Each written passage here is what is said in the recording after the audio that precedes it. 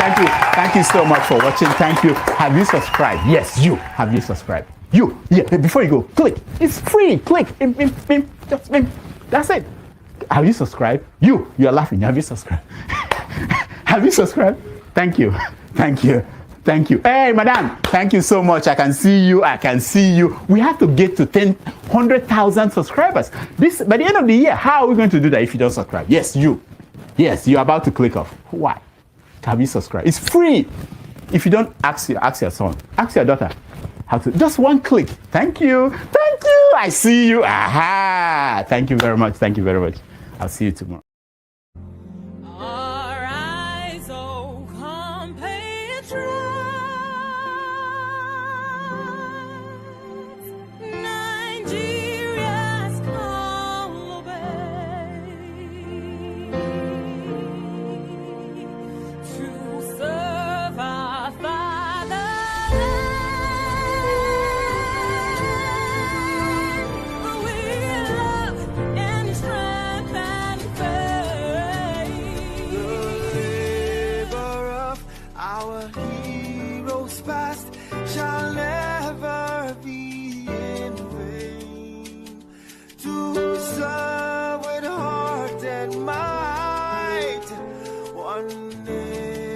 Bound in freedom, peace and unity. Hey, that's so. Yeah. Oh, yeah. Alright, so compatriots, Nigeria call obey to serve our fatherland with love and strength and faith. The labor of our heroes past shall never be in vain. To serve with heart and might, one nation bound in freedom, in freedom, in freedom, peace and unity. Arise, my people, arise, my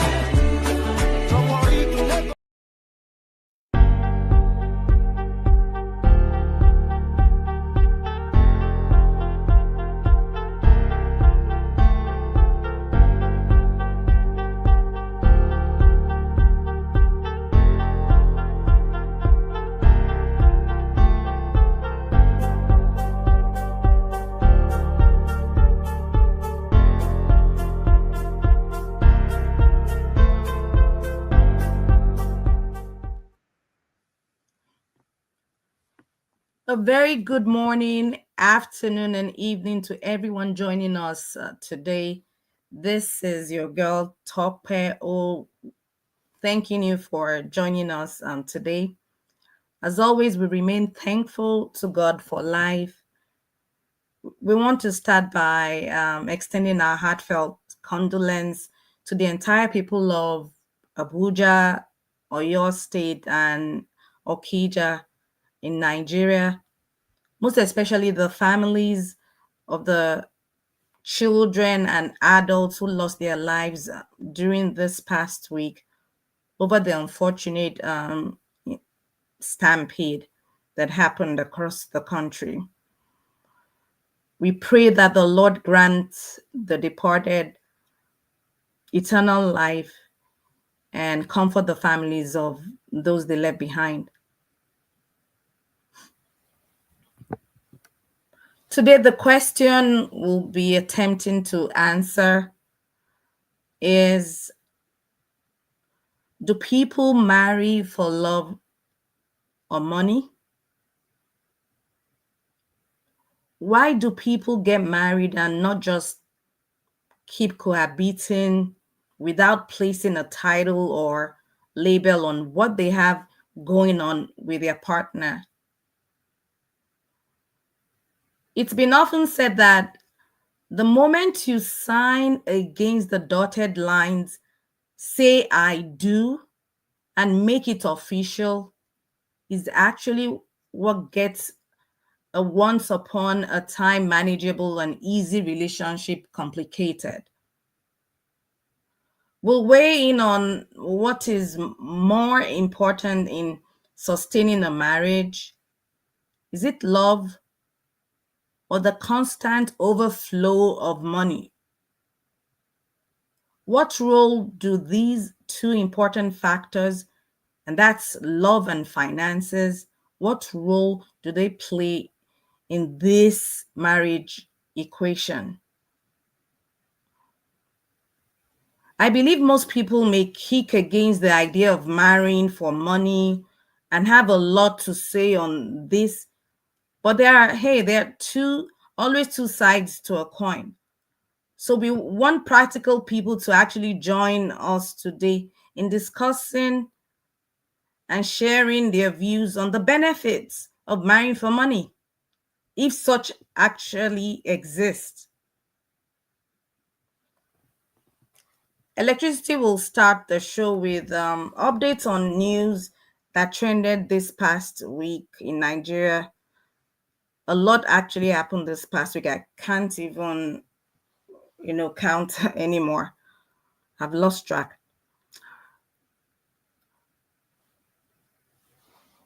So we'll all get a chance along the line to weigh in on what happened in Nigerian space, and then Adama will kick off our main topic of discussion. As a reminder, this is a safe space.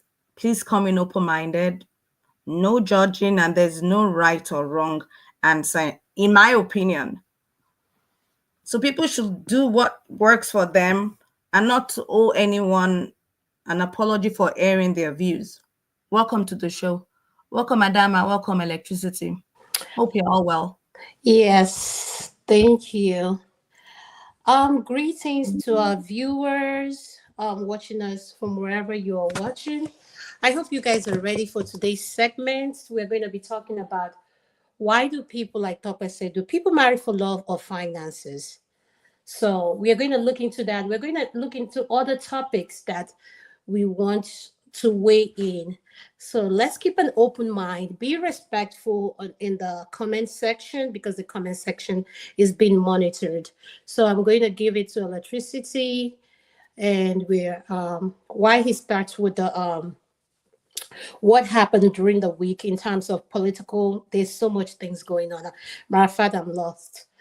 But other than that, good evening, Talkway. Good evening, Electricity. Electricity, I'll hand it over to you. Thank you. Thank you, Topan Adama, for that brief introduction. Good morning, good afternoon, good evening, depending on your geographical location. It's another day. It's Friday where I am, and some of you already in Antarctica. I mean, living in Friday or Saturday? today is Friday, please. Is your days going backwards or going forward? No, it's Friday here. It's 23:12 here. It's still Friday. Oh, sorry. It's Saturday. We're on Saturday. My apologies. My apologies for that. It's Saturday here, 23:12, and it's been a wonderful day for me in particular. I got a great peace of mind over a lot of things, and it's also the topic. Let's be realistic here. Or the main topic is why do people marry for financial reasons instead of true love? It's loaded. It's broad, and it's something we have to talk about because it's real. But before we go into that, or the ladies go into that, a lot has happened in the political space in Nigeria. The Lefarosimi being released. The unfortunate incident that has happened, the 35 minors that during Stampede, uh, the we're looking at the angle of a spirituality angle in it. That must not be dismissed. We must not shy away from it. It could be part of it after reflecting. Ladies, before I go touch on the Stampede issue, I would like you, both of you, to weigh in on the issue of Dele Farotimi release, because I don't think personally I've had either of you weigh in on it during the week, except yesterday, Friday, which I remember that Adama made, but not really into detail. So I'll give both of you the time to weigh in on what's your take on its release. Will this be a catalyst? According to Eccentric, his comment he put out there, will this be a catalyst to that desired change that Nigeria is looking for? Or is it the case that Nigerians will continue to be desensitized or remain in that position of desensitized to political commentary, and it's just go back to business as usual? I yield the floor to either of you to go first, please. Thank you. I really don't have much to say regarding this. You both know my stance when it comes to politics generally. It's not my thing, not my forte. Well, we heard Dele Farutimi is out on bail. He's still not out of the woods, so I guess Baba was pressured and had to make the phone call for his release. Let's just sit back and watch and see how this will go down, because this isn't the end of the drama. Drama. Thank you for allowing us to weigh in. I am happy that he has posted his release, at least to get to spend the holiday with his family, despite the conditions they gave him. Like I said, an injustice to one is an injustice to all. What is playing out, I believe, is everything Dele Farati wrote in his book, Power is Intoxicating, and our people know how to get drunk with power. So I'm happy he's released. Like Tope said, let's just sit back and see what happens next. I know part of the things they said on his bail was no social media. So, given that he's someone who is active on Twitter, I wonder how he's going to navigate through that. But being the intelligent man he is, I know he will figure it out. But I'm happy to see him spend the holidays with his family. That I am happy for. Thank you. Okay, you didn't, neither of you answered the question. I understand, Tokwe, you don't talk more, but in your opinion, do you think this will be a catalyst for change? Do you think Nigerians in general will follow this, will catch the fire, and it will bring about that desired change where they will start to hold our leaders accountable? I would appreciate if you can just Nothing. weigh in maybe 2 minutes in terms of if this will be a catalyst to change, because there have been several that has happened over the years. Thank you. Absolutely nothing, in my opinion, will happen. Um, I actually thought the NSAS, was the beginning. That was why I thought if nothing could change after NSAS, seriously, I've given up. It's just gonna be business as usual. They'll make noise over this daily situation. After a while, we'll just look for the next story. Probably Bobrisky will come back from the UK if he hasn't come back, and then that'll be in the blogs and take over social media. Nothing is gonna change. Um, Will something change? Now, when we say something change, what kind of change are we expecting to happen in Nigeria? This is what I expect. With Nigeria, I can't use the word change because there are reasons why I can't use the word change, quite frankly. But one thing I think it has brought the whole world is looking at our judicial system. And as I didn't know it was this messed up, but I'm not surprised. Will anything change in reference to your question? I don't see anything changing other than our judicial system now. People do not believe in the judicial system in Nigeria. It doesn't work because what happened to Dele Farrell to me can happen to either one of us sitting here. So I don't see anything like all he did was shed a light into something that we didn't know was this bad, and it is bad. So electricity. So back to you. What do you think will I've happen? I need a second. Electricity. If they could kidnap more than 100 children from a school in Nigeria, and more than 5 years after that, nothing has changed. So why should anything change because Dele Farotimi was arrested? We're talking about children that were kidnapped by Boko Haram and nothing changed. Well, to me, it's not about Dele Farotimi. Yes, he must be commended, like what I posted this morning. It's about us Nigerians. Dele Farotimi is just one. So let's look at it that we have 1 million Dele Farotimi for it. But no, I think 1 million would be kind of we have 500 citizens that are like Dele Farotimi. Just ordinary citizens. They don't have to be lawyers. They don't in their own different field and rise up and start to challenge the authority.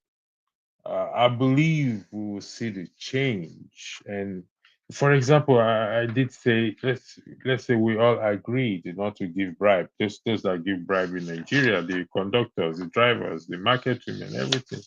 We just have that common ground and go and say, you know what, going forward, we don't care what will happen. Let the sky fall. We ain't gonna give bribe anymore again. We're gonna get our papers right. That means our vehicular papers right. Whatever is required, we go to the law, look at the law. And we're gonna see that change. It's my argument has always been that it's down to us citizens. There's Delivery to me has played his own role. He's been to prison. I mean, Mandela went to prison, but the rest of South Africans were behind him, were fighting the appetite. It wasn't a case that he just sat in prison and they were doing the way Nigerian citizens are going about doing what they are doing without a care as to what exactly is happening there. How we can be so relaxed and they're just so relaxed and take it life as it is. I really don't want. I don't understand. So I still believe that it will change. Hopefully, this delivery to me case will be the catalyst. But if not, we just have to keep hoping. I say hope is a dangerous thing. I mean, hope is a good thing, if not the best thing whatsoever that has happened. So with that, thank you for weighing in on that. We'll go to the second part, which is that of the Stampede. It's a 3-minute video. I know it's a little bit disturbing, but I don't think they showed No, don't anything. play. No, don't play the All right, video. we'll leave the video. I thought as much. Let's I leave thought the we were going video. to talk about the before the Stampede. Wasn't that the one? The Go ahead. okay, I'm let's sorry. let's I'm let's lost. let's go. Let's okay now. Okay, let's before the stampede, let's go to the man that was the young chap that was sentenced that's been in prison for 14 years for what? for stealing. I can't even. It's so shameful to mention it. To be honest, I have to be honest with you. For stealing a fowl, and he went to prison, or he's been in prison for What's 14 years. electricity? Could you explain what a foul is? Not Is Thank smoking you. it? a Thank foul. you, Doctor. Oh, okay. For stealing a chicken. Thank you for that. I thought of talking to just Nigerian. For stealing a chicken. Pastor, thanks for joining us. Thank you for joining. For stealing a chicken. Yeah, listen, let's get the facts right here. Stealing is stealing. However, there are measures of punishment for each case. But the most disheartening thing so far is we have elected leaders. For example, the most recent one, who is Yaya Bello, that stole billions or millions into billions of naira. He's granted bail. But this young man, I don't know the case story, but this young man was not offered bail. So here is my question to us today. Should the police officer, because I heard the owner of the chicken that is stole is a police officer, should the police officer be named, shamed, and what? And removed and fired from what? From the police force. Everyone that participates, including the judge, should definitely, according to reports, the governor Adeleke has written to the attorney general to look into this matter, and also the constitution gives the attorney general, I mean the governor, power to quash the case if he deem fit. So because this is crazy, man. Anyway, I yield the floor to you. I'll go to you to the top first. I'll give you 3 minutes for it, then I'll go. No, sorry, before you talk, let me go to Pansa. Pansa, welcome for joining us. I don't know if you want to say hello to the audience and weigh in on the first issue we spoke about, which is a matter of Dele Faro to me, and your take on it for 2 minutes. Then you can go into the other one. Then I'll go to the ladies. Thank you for joining me. Thank you, Mr. Electricity, Dr. Adam Matope, and everybody in the comment section. Welcome. There was Day one, then everything is coming to a hit in the country. I just don't know what it is, no matter what happens.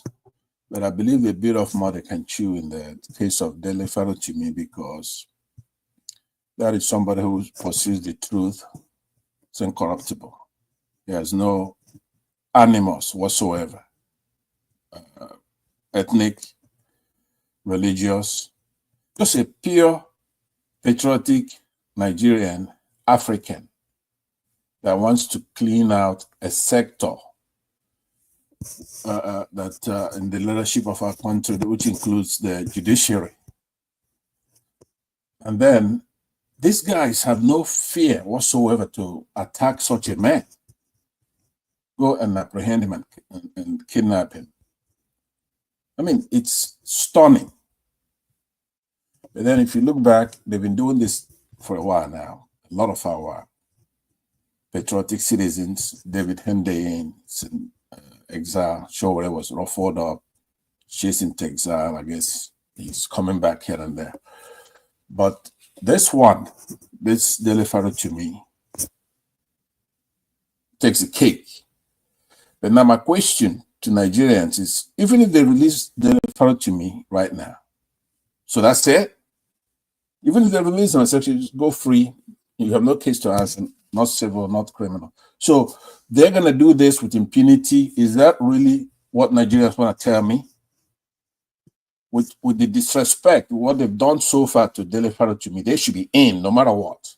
No matter what they do, there has to be accountability. We have to punish them for this. So now we should decide, what are we going to do should be the question. What are we going to do about this? He's just like any other man. That's true. We all are created equal by God. But there are people who God used to champion the mores of a society. The fact that criminals who took power by force have the temerity to go and pick him up and ruffle him up. So my thing is to show Were and everybody who's listening, no matter what they do, like Electricity was questioning, is he going to be the catalyst that's going to make us look into what's happening? It ties into the other aspect, aside from our judiciary, the present issue now of the kid that stole some kind of, I don't know if he's a medical student or whatever, he stole some, he's accused, alleged to have stolen some. Yeah, Pastor, Yeah. just hold on 1 second. I just need to play a video in that regard, please. Okay, so that we can get a better understanding of it. Thank you. Just Okay. I'll give you the. All right, no problem. I talked about accountability. It's very important. I was going to talk about the correctional system itself, because it's not. Do you know how many people? State for Sorry, Yeah, Pastor, yeah, can you hold yeah, on? go Can ahead. you hold on, please? Sorry. Yeah, I missed. you can search for it. ọmọ orílẹ̀-èdè nàìjíríà mọ́ ìrìn àjò kan ní ọdún. Death by hanging in Osun State for stealing fowl. It's on Google. You can search for it. ọmọ orílẹ̀-èdè nàìjíríà mọ́ ìrìn àjò kan ní ọdún kan mi ì mọ̀ pé mo lè padà délé ni wọ́n gbé mi lọ nígbà tí mo débẹ̀ bórí mi ṣe mo ní tó tírí àjò ibà ti ẹ̀pin síbi ṣùgbọ́n kọ́mọ mi ó sá jáde peter àti rìndé lórí ọ̀rọ̀ yìí o ọmọ orílẹ̀-èdè nàìjíríà. àwọn ọmọ yẹn pé wọ́n ní àti adìẹ ẹ̀yìn kankan gbogbo àwọn tí wọ́n sá wà ládùúgbò náà sá ń bá wa bẹ̀ pé máa sá lọ gbà tó lọ́nà ó tiẹ̀ mọ́ parẹ́ ò mọ́ ọ tiẹ̀ ọjẹ́ ò bàtí ọlọ́run sá ti ṣe tí wọ́n ti rí ẹ mú yẹn yẹra ó sá dì láì ní pé òní sá pé nǹkan tó mọ̀wọ́ tẹ̀ mẹsẹ̀ kan wá mú o kò sá o tí àwọn ọlọ́pàá yẹn tí wọ́n fi mú àṣà wọ wàhálà jẹ. ó sá ń ka ìwé yẹn táwa náà dẹ̀ rí i pé Ó ń kàwé tó ń ní kàwé yẹn ó graduate níbẹ̀. bẹ́ẹ̀ pé àní owó lọ́wọ́. ẹ wá lọ sí fún graduation ni. Kí ló read? Medicine ló read. Bẹ́ẹ̀. Ó read medicine lẹ́wọ̀n. ní dp yẹn bá ní kí n lọ wá 30,000 wá tí n bá fẹ́ kọ́ ọmọ mi rẹ̀wọ̀n lẹ́nu kan 20,000 sáà ní agbára pín dé àrí 20,000 ẹgbẹ́ Ní lágbára. 2010 lẹ́ ń sọ yìí. ee pé kí n wo dáadáa o òun ò bímọ òun dẹ̀ ṣàánú ló bá yà á. gọ́fúnà adémọ́lá adélékè mo rawọ́ ẹ̀bẹ̀ sí yín kí ẹ fi ojú àánú kí ẹ fi wò mí torí ní ọdún tí wọ́n dá ẹjọ́ yìí ohun tí adájọ́ sọ ni pé lẹ́yìn ọdún 10 gọ́fúnà tó bá wà lórí ipò òun ló lè pardon ọmọ yìí lọ́run ni mo fi bẹ̀ yín ìyọ́nú ọlọ́run ẹ síjú àánú wò mí torí ọmọ kan ṣoṣo mo wá mi kógun igun tó dé mi ò rí o mo wọ́ ọmọ mi ò rí ẹyọ kan ṣoṣo tí mo ní dé mi ò ní gbẹ́kẹ̀lé mi níbi kankan bí mo ṣe ń sọ̀rọ̀ ju ọmọ yìí lọ ẹ dákun ẹ síjú àánú wò mí gómìnà wa ọlọ́lá wa aláṣẹ wa nípínlẹ̀ Ọ̀ṣun ọmọ odò ọ̀tẹ̀ ni mí ọmọ ìlú Ọ̀yàn ẹ síjú àánú wò mí mo tún wá ara wọ ẹ̀bẹ̀ sí gbogbo ọmọ orílẹ̀-èdè Nàìjíríà gbogbo ìrànlọ́wọ́ tọ́lọ́ máa fún kálukú láti ṣe látìgbà tí mo ti máa rìn àjò ọmọ ìka mi ò sọdún ayọ̀ rí o kò sí kankan tí mo rí ṣe tẹ́gbẹ́ mi ṣe láyé tí mo ṣe mi ò jẹ́yàn mi ò bẹ́gbẹ́ pẹ́ mi ò lówó lọ́wọ́ mi ò ní sẹ́lọ̀ kò sówó tí mo lè dálẹ̀ lẹ́ tí mo lè rí ṣe o mi ò rí kó jọ mo sì fẹ́ bẹ́gbẹ́ pé mo fẹ́ bá gbà mú kí n mọ bàráyé fọ́ọ̀tì kí n mọ wáyé asán ẹ gbà mí o ẹ gbà mí ọmọ orílẹ̀-èdè Nàìjíríà má jẹ́ ń báyìí kú o ìbànújẹ́ ò ní tọ́ sí yín o. This is too much. He has been there for 14 years for the allegation of stealing fowl. I'm not there, but we need your help. I'm begging you in the name of God. His Excellency Governor Ademola Adeleke.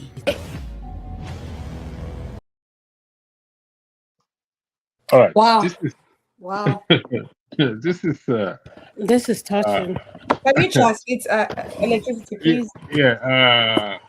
The boys, our son stole a chicken with egg, and it was caught he was asked to run away, but he didn't run away. But and the chicken belongs to, from the report, it belongs to a police officer, and the police officer requested for the amount of 30,000 naira. The strange thing is, this thing happened in 2010, not too long ago. We're in 2024, not too long ago. And the matter went to court because, according to the mother, the judge passed the sentence on him that before he will be released, not even in that administration. If you, I mean, we're following the translation and giving that. And he read medicine. They couldn't attend his graduation for financial reasons. They couldn't attend the graduation.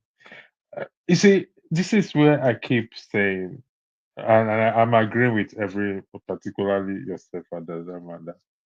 Uh, Nigerians, Nigeria will not change. If such a situation cannot move us to either respond or react, then I don't know what can move us again, to be honest. 14 good years. Honestly, I think the judge should be named, the police, everyone connected to this case should be named and shamed and lose their job, because this is not justice. This is outright wickedness. Well, I'll weigh into it later on. I'll give the floor to you, Topper, first. I'll go to Adama, then I'll go to Pansa. Topper, the floor is yours, please. Thank you. I think the states actually need to pay damages. If it was in a society that is sane, they need to pay damages for such sentence. 14 good years for chicken. That's absurd. It's so heartbreaking, watching his parents narrate, what they've been through. It's so heartbreaking. And that's just one case. There are several hundreds and thousands in prison in Nigeria right now for situations that isn't even up to a foul. Just barely because the rich wanted to flex their power over the poor and just dumped people in jail. There are thousands like that. This is just one. We'll keep talking and talking about reform. Nothing will move uh, us in Nigeria. Electricity. I'm being candid. I don't want to be a pessimist, but we've been going through these years over years and over months and years, and nothing would change. We have an enduring spirit. That's just who we are. We can take anything. Nothing moves us. It's always the next thing. We have a coping mechanism in us. Nothing moves us. That's just it. And the rich are protected. They have the security surrounding them. They have the funds to pay for their security. So they can't be bothered. Nothing else. Thank you very much. Adama, the floor is yours before I go to Pansa. Um, this breaks my heart. You know what caught my attention? 14 years, not just that, for what, chicken? And at the same time, is this not what we talk about, people abusing their power? Because the chicken belongs to the police officer, if I'm understanding the story Yeah, right, that was the Tope? part that I wasn't really, was the gray area I wasn't really clear about. Yeah, That the if it chicken was the belongs to the bribe or was police. the owner, was the Yeah, police. the I owner think that was the the police officer, the and owner he was a asked for police officer. 30,000 Naira. naira. Yeah, but they can't get Yahya Bello. And it is hard. And he studied medicine. He is smart. He is smart. Like, I just can't. It breaks my heart to see what we're going through. And I understand there are people who believe Nigeria will change. I do not share those beliefs with them. Nigeria is not going to change, sadly. And like Topper said, that we can tolerate and put up with anything, endure a lot. And I think that's a blessing at the same time, a curse, because they are so used to their conditions that they have normalized it as being okay. So at the end of the day, you start asking, is something wrong with the people?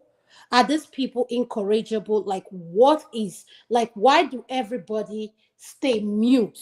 If it doesn't affect you, why should I comment on it? If it doesn't affect me, why should I comment or get involved in it? It's just sad. I'm taken back. Your only child being in prison for what? Chicken. I don't know what else to say. Yeah, it's disheartening. Thank you. Thank you very much. Pastor, the floor is yours. All right, thank you very much. What that exposed is that the whole system is rotten in Nigeria. I know that we keep complaining and complaining, but this is one example where cops, the police, the three C's when it comes to justice, criminal justice. You have the cops, you have the courts, then you have the corrections itself, who I give like 80% of the fault in this case. The correctional system in Nigeria is different from the courts, like in every other country. But there's something here. There's something missing here. There's something wrong. Are they really that bad? And for 14 years, this is what's happening. Have that mother sobbing, even get to the emotions of the press to tear up. What is the fact? What are the facts here? There's something missing. There's no way you're going to tell me that a medical student is alleged to have stolen fowl, and he pleaded not guilty, and he's been in custody that long. That's gotta be. So what I would first talk about is that why doesn't somebody empanel this calls for an investigation, either by the House, the Senate, or whoever, locally or nationally? Somebody needs to get the facts, because I want to know if what they're talking about here, if those are the facts. I know that we're horrible in that country, but are you telling me we're really that horrible?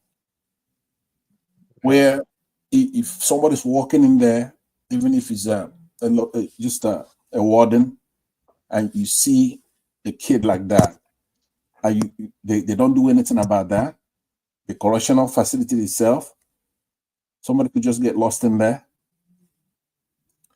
So I am reserving judgment, because I know there's the emotional aspect of it, what we see so far. The Japanese say you don't listen to one and judge two. They probably copied it from us. We'll give them the credit, the Japanese. But you want to tell me that they are not going to be summoned to come and testify on the facts, so we can actually know what happened? Because it's bizarre.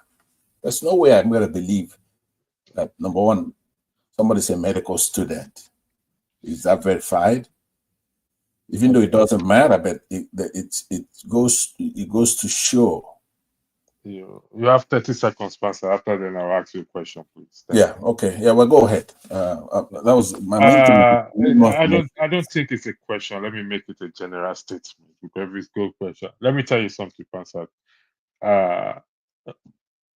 There are hundreds and thousands of Nigerians awaiting trial in prisons that are awaiting. I don't say they've not been tried though. They are awaiting trial. So by the time they will get tried, they've already spent the time in prison, and that time will not speak counted or will not be seen, recognized by the judge. I can tell you that the system is corrupt. It's that bad. The prison system, the judicial system, the police system, it's that bad. Listen, before this thing came to air and stations are carrying it, if there is anything missing in this case, the police would have come out to say, no, this is not correct. So, how many days now has it been going on? Has anyone come out to refute? Any authority come out to refute it? Are you not aware in Nigeria they can arrest you for wandering? You are just going on your own. I've seen people who are arrested for wandering. I've heard cases where they exchange people's head for somebody else. So uh, it's what happened. Yes, it is. It's not a new thing to me. Thank you for that. We will go into the Let me make one more comment on that. Okay, go ahead. The way I left it, I'm giving them what they don't give us. I'm trying to give them due process. They've been accused. Now, remember, it's not the justice system that is on trial in this matter, in this kid's matter right here. Everybody's on trial on this. The mother is on trial on this. You have a son that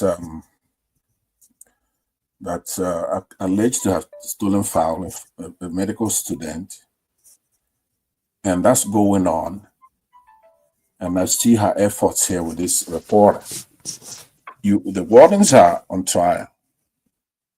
The fellow inmates. I mean, there is no way that we can just sweep this one under the rug. We need an investigation to gather the facts.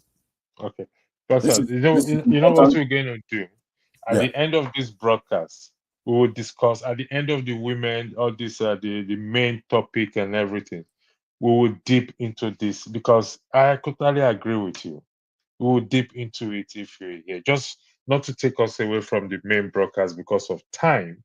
It is a subject entirely on its own, just like Dele Faritime case, because we can't do justice with it during this women's segment. So we're going to deal with it. I promise you that. You just stay there on the board. Let's go to the next issue because the women, the topic for today is why do people marry for financial reasons instead of true love? But we're going to talk about the stampede, if I'm correct, ladies.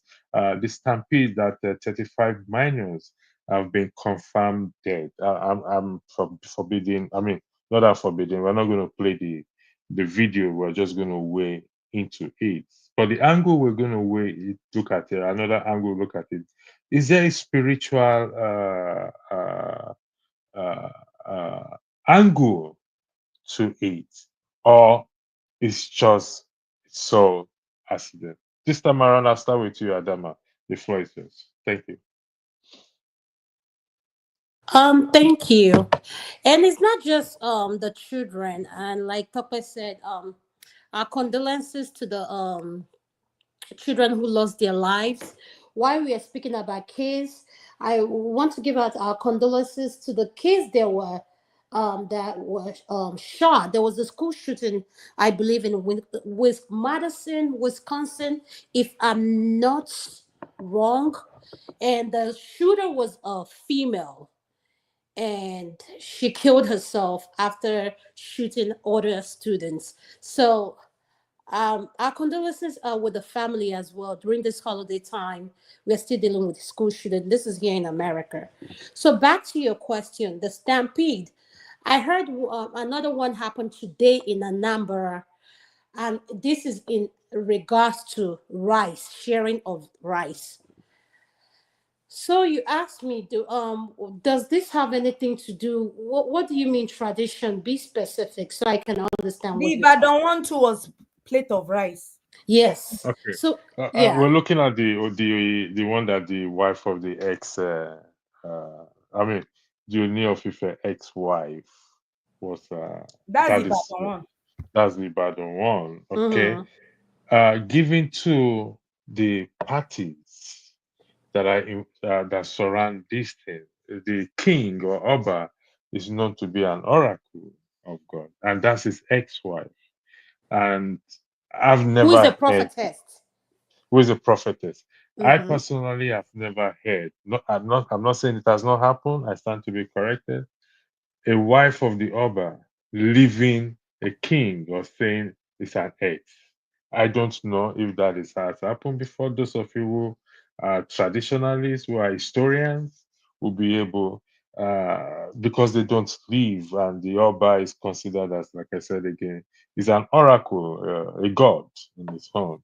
And for the wife to leave him, could she have offended the gods? This is me just speaking, please. Could she have offended the gods, or is the Oba so pissed off and taking revenge? I don't know. Listen, when I say there's a spiritual aspect to it, there are wickedness in high places. So there could be. I just want to secure, or is it the case of it's a pure negligence on the side of the organizers, the side of the organizers, and those who are those who are in charge of such thing. Thank you. Okay, to answer your question, when you say tradition, does tradition play a role in what happened? My answer would be yes, no. Yes, part is given how our place are, people would do anything in terms of sacrifice, not just, and I'm not going, let's not just focus on what happened in the Yoruba states, even including in the Igbo states as well. Tradition is tradition. So the Igbos have their tradition, the Yoruba have their tradition. So yes, it could be diabolical. Anything is possible. In listen, I don't put anything past us when it comes to being any doing anything. We would do what we want to. We can be cold-hearted, and at the same time we lack empathy for one another. We do. Over a plate of rice and 5,000 naira, that makes, I mean, it makes no sense. The same thing in Anambra, um over rice. What is this thing with rice? Is this the way they bite people's conscience? And it's to tell you the Adama, level. a plate of rice for one meal. It- One meal. It's to tell you the level of poverty. One, it Exactly. lacks organization. They didn't plan it. If you're going to plan something like that in the diaspora, there should be EMS on standby waiting. Medical practitioners, like it's something that takes plan. You're dealing with kids, pediatrician in case kids pass out. You know, IV. You have. I mean, I don't know, but like I said, lack of planning, and given this is a festive period, anything is possible. I won't put it past them, given who she's married to before. And when you, I want to touch a little bit on when you said something about someone not leaving Diony, the Oba. She's not the first woman to leave him. And I don't know this thing you're saying about the Oba. Maybe I'm confused. And I hope Kulata is listening. The Ikuba Bayeye, his wife And left Mike, him as well.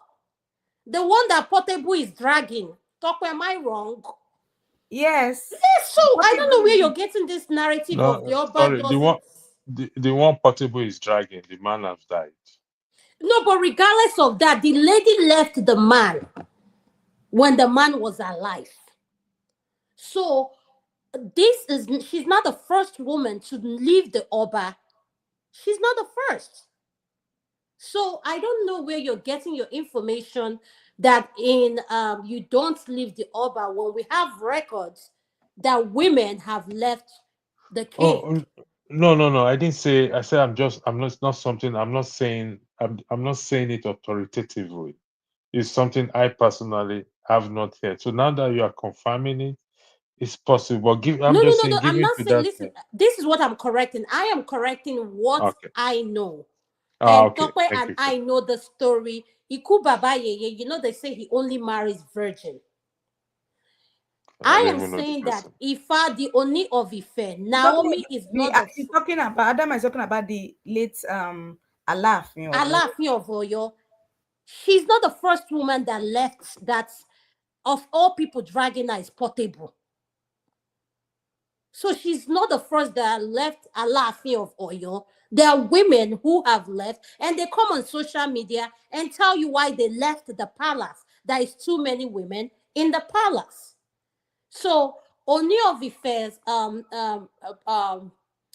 Queen Naomi is not the first woman to leave him. There was another Benin woman, an Edo precise, that left him. They have no, I believe they have no child together. She left. So I hope I answered your question. So would it be proper to call him the horny of Ife? Too horny. Pastor, Pastor, that's a good one. The honey of Ife, not the honey of Ife. Listen, again, our heartfelt goes to the parents of the minors, or anyone that have died either in then the three geographical locations that we've mentioned. But what will lessons we ever be learned? Because this thing happens every year towards this season, and that is why one is curious. What if there is any spiritual implication? For Father, welcome to the platform. Sorry, I didn't welcome you. My apologies. So, Pastor, I don't talk when you've not weighed into it. Adama was weighing. Then I'll go to Pastor. Then I'll go to Forefather. So the floor is yours. By Yoruba tradition, I'm young, but I've always known it all my life. By Yoruba tradition, you don't, it's a taboo to leave a king. That's all I have to say.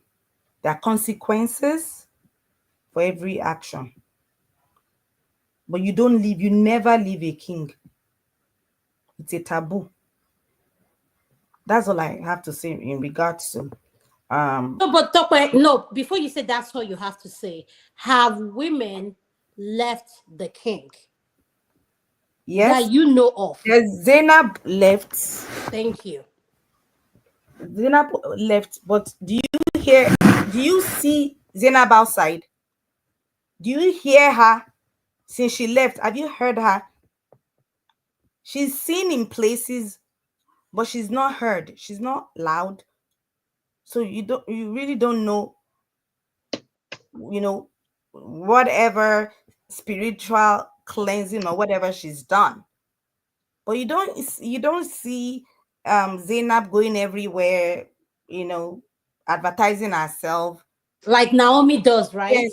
If you're doing, there's hunger in the land, they're being power.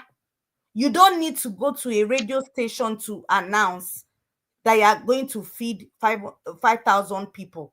All you need to do is to carry your kaya and your cooler on the street of Ibadan if you really want to go to Ibadan.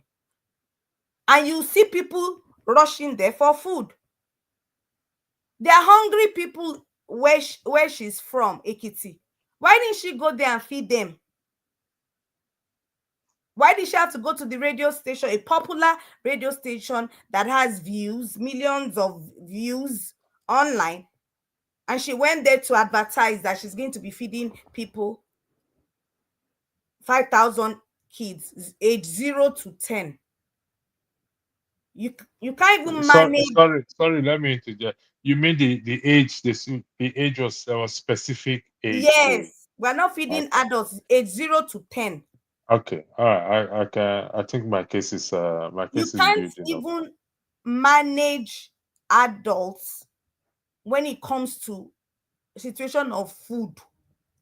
Where in a country where there's hunger in the land, and you want to manage toddlers, how? No ambulance, no security, heat stroke, exhaustion, hydration. I heard people were there from the night before for a plate of rice. And the poor kids are no more today. I rest my case. Thank you, Passat. The floor is yours. You got. I'm timing you. You got 5 minutes, Passat. Thank you.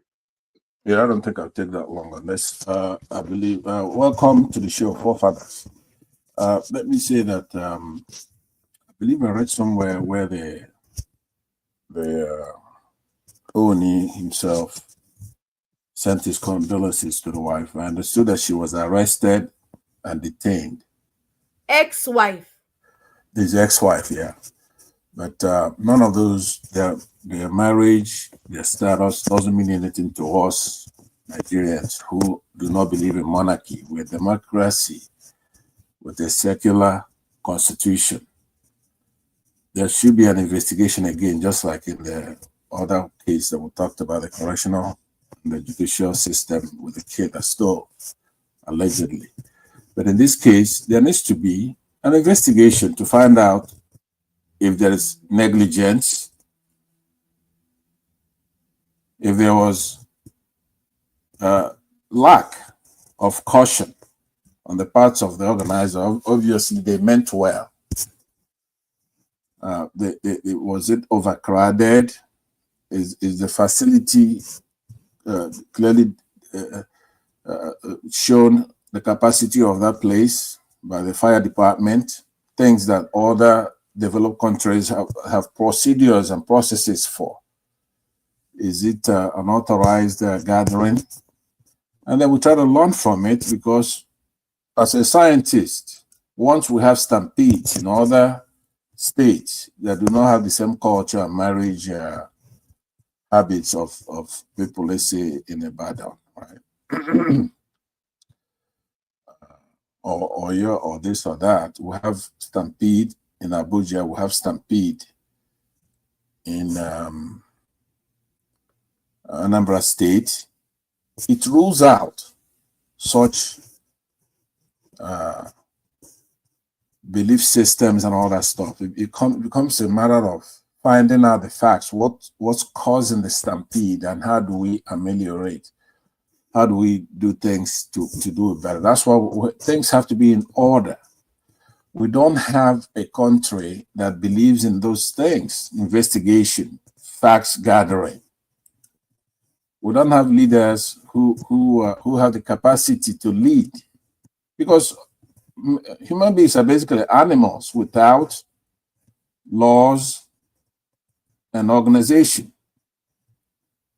You understand? You have overcrowding, that's going to lead to those things. Now, I'm not saying that those who don't suffer the same thing we suffer, they already suffered it, they learned a lesson a long time ago, and then they put in measures to correct it. So we can basically hack and take whatever. And I don't believe that we don't know these things. I believe that we know these things.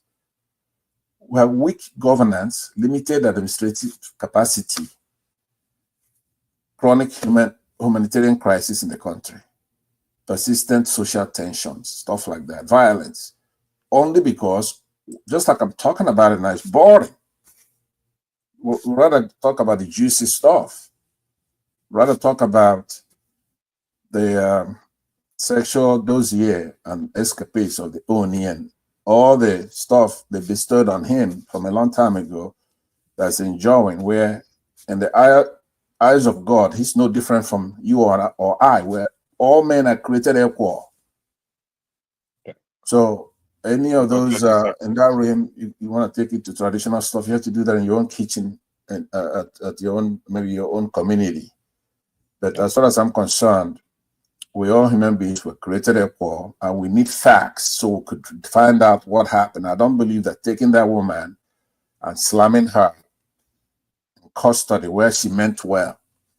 She's not, she might have sponsored it. I don't think she's the one who's into the mechanics of putting everything together. She does bear some responsibility, no matter how well-meaning she was. But we need facts, again, in this case, and this is where I'm going to leave it. Thank you. All right. Thank you. Further, the floor is because you're a moderator, you've discussed this issue, so I'll give you 2 minutes. Thank you. Further, the floor is yours. Yeah, regarding the stampede, I guess it's just symptom again, as I said before, of a state where nothing is done well. Is it surprising that even sharing food is turning out to be a problem? And the fact that somebody said they were going to give awards and bountiful stuff led to so many people showing up and people losing their life, children just dying for no justifiable reason. Stampedes happen in many countries now and again. As you guys have stated, there's a concentration in Nigeria this during this season that seems to be quite alarming. Even like in Mecca, you get it now and again every Hajj season to an extent, and in other areas. But there is something about this Nigerian one that seems to be, especially the casualty to their children. I don't know how somebody goes and organize something for children and didn't make proper arrangements for this. I really hope our people are learning to do things a bit better, And there's this thing in Nigeria now where there's so much, there's this hardship going on. And there's a workplace where I was, and some guy came in when he wasn't supposed to be at work, and they say, "Oh, why are you coming in today? You're not supposed to be at work today." It turns out that he came in to come and eat. So this is somebody that is getting paid and has a family, but still came to the workplace to come and eat. So people, if if somebody that's working is doing that, earning over 200,000 in Nigeria, imagine what some of the people are going to do when they hear food that earn far less, 30,000, for 40,000, 50,000. Nigeria is a very, very sad tale, but this is the country we live in, and for me, it's not surprising. I'm surprised more bridges are not falling in Nigeria, given how they like to cut corners, and more buildings are falling in Nigeria too. We heard about buildings, so the decay in the system. And we as a people have to do better at holding ourselves accountable, that we have to start doing things properly, making sure people that are supposed to enforce rules, enforce them. They're having this organization, the kind of safety measures that are meant to be put in place are put in place to save lives. But I can say that, is it going to happen? I don't know what is going to happen today, but someday it has to. Thank you. Thank you very much. I'm going to hand the moderator to Adama for us to go to the main topic. So Adama, the floor is yours now. Thank you. Thank you. Yes, this is the topic we all been waiting for. Electricity, do you mind highlighting the topic and playing the first video for us? Thank you. All right, I will do that now. Video. Here it is. It's not playing for us.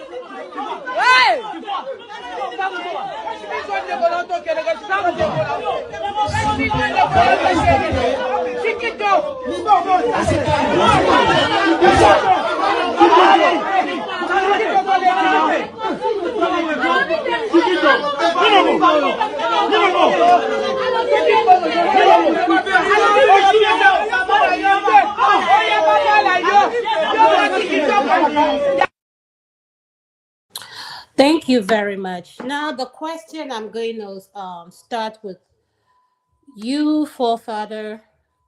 Can you guys hear me? Loud and clear, I can hear you. Yes. Okay, all right, thank you. What we saw in that video, I have a question. We saw a video played where the husband, according to the highlights, they said left his bride after he found out that she went to her ex's house before the wedding. So, should he have called off the wedding the day of the wedding, or should he have called it off before coming to the venue? That's the question. I'll go to you, forefather. I think if somebody offends you, one cannot expect a proportional response or reasonable response. So whatever response um, he did was, for me, is fine. If he left her at the altar, if he left her the day before, it's not an issue. If we are talking about the subject matter in terms of why people marry for financial reasons, because financial reasons are actually more durable than love, for love, isn't it? As they say, true love. Because how many people do you know that were rich and became poor? But you see people falling out of love left and right. So on balance, you can see the logic behind it. People need a level of security. It's survival. Period. It's survival. If you want to go and marry a poor man and then you end up in a hospital on the side of the road having your children, and maybe you end up getting an infection and who knows what else, or you marry a rich man, you may not like him very much, but your children grow up healthy, go to private schools, which one are you going to choose? Life or death? So, Forefather, are you trying to say that true love doesn't exist? People marry because of their security, financial security first, before true love. Yes, in many cases. Because financial security, especially in the context of Nigeria, where the difference could mean life or death or serious suffering. Yes, it matters a lot. And it's been like that from the very beginning of time. I saw a documentary once where they were asking Nigerian women, Niger, next to our country, women about what they look for in a husband. Not one of them said anything about love. They were like, he can hunt, he can do this, he can do that. That's all. Because their priorities are different. The idea of love is something for people that have abundance and have the luxury for it. It does It's a help. Western thing. It's a Western thing. Yeah, it does help. But relationships is about life, procreating, having the next generation, and hoping that your people survive. And when you are hanging on the thread, you don't have that luxury to be worrying about love, because life, it comes first. And he often tends to win. So people that marry for money, I don't judge them much. I don't know why people judge them, gold digger and all that nonsense.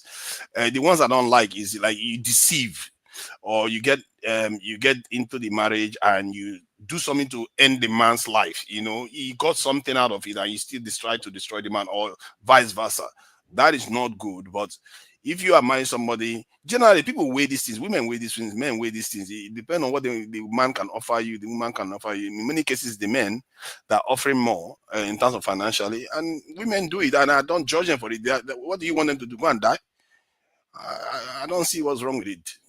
That's me. Okay, thank you so much. Tokwe, I'll come to you next. So, do you agree with what forefathers say? And another thing, will you say we are culture, we are product of our environment? Absolutely, Adama. I agree with forefathers 1,000%. You gotta do what you gotta do. You have to survive. As people will say, now love I go chop. Love won't pay the bills. Love won't take care of your kids when you have kids.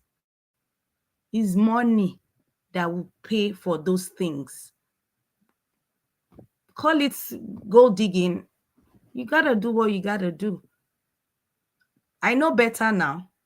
Maybe growing up, we used to kind of judge or look down on those who go dig. When I was in university, we used to look down on all those girls that follow aristos. When some of us were hustling with our boyfriends in uni, that we're still collecting pocket money from their parents, and we're like, we'll struggle together. All those so-called bad girls in uni, they're all doing it big now. The Mother Teresa's in university then, that were judging those girls, are the ones suffering today. It is what it is.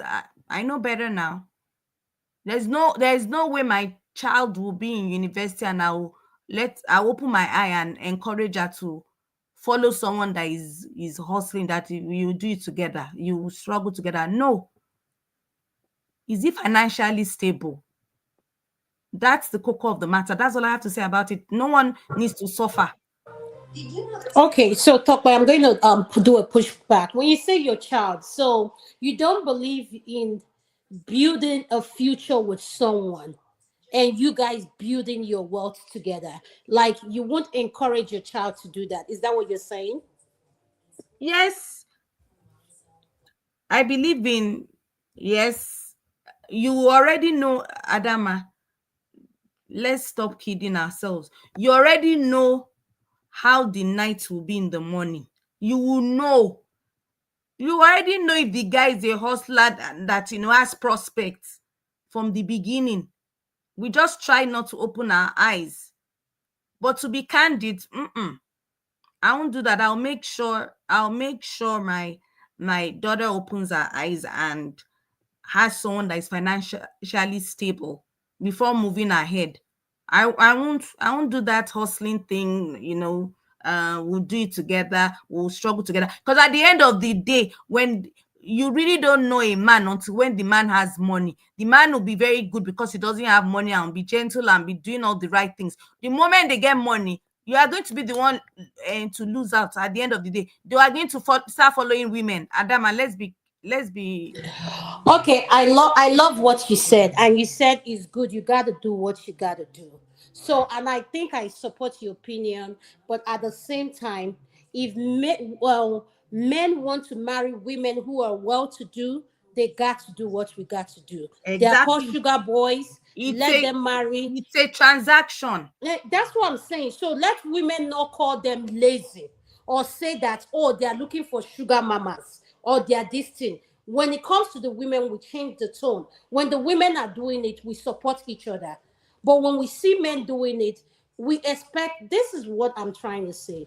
I feel like society has put too much pressure on black men as a whole, that we do not enjoy the qualities they bring to the table. All we see is money. That's it. Anything other than money, forget it.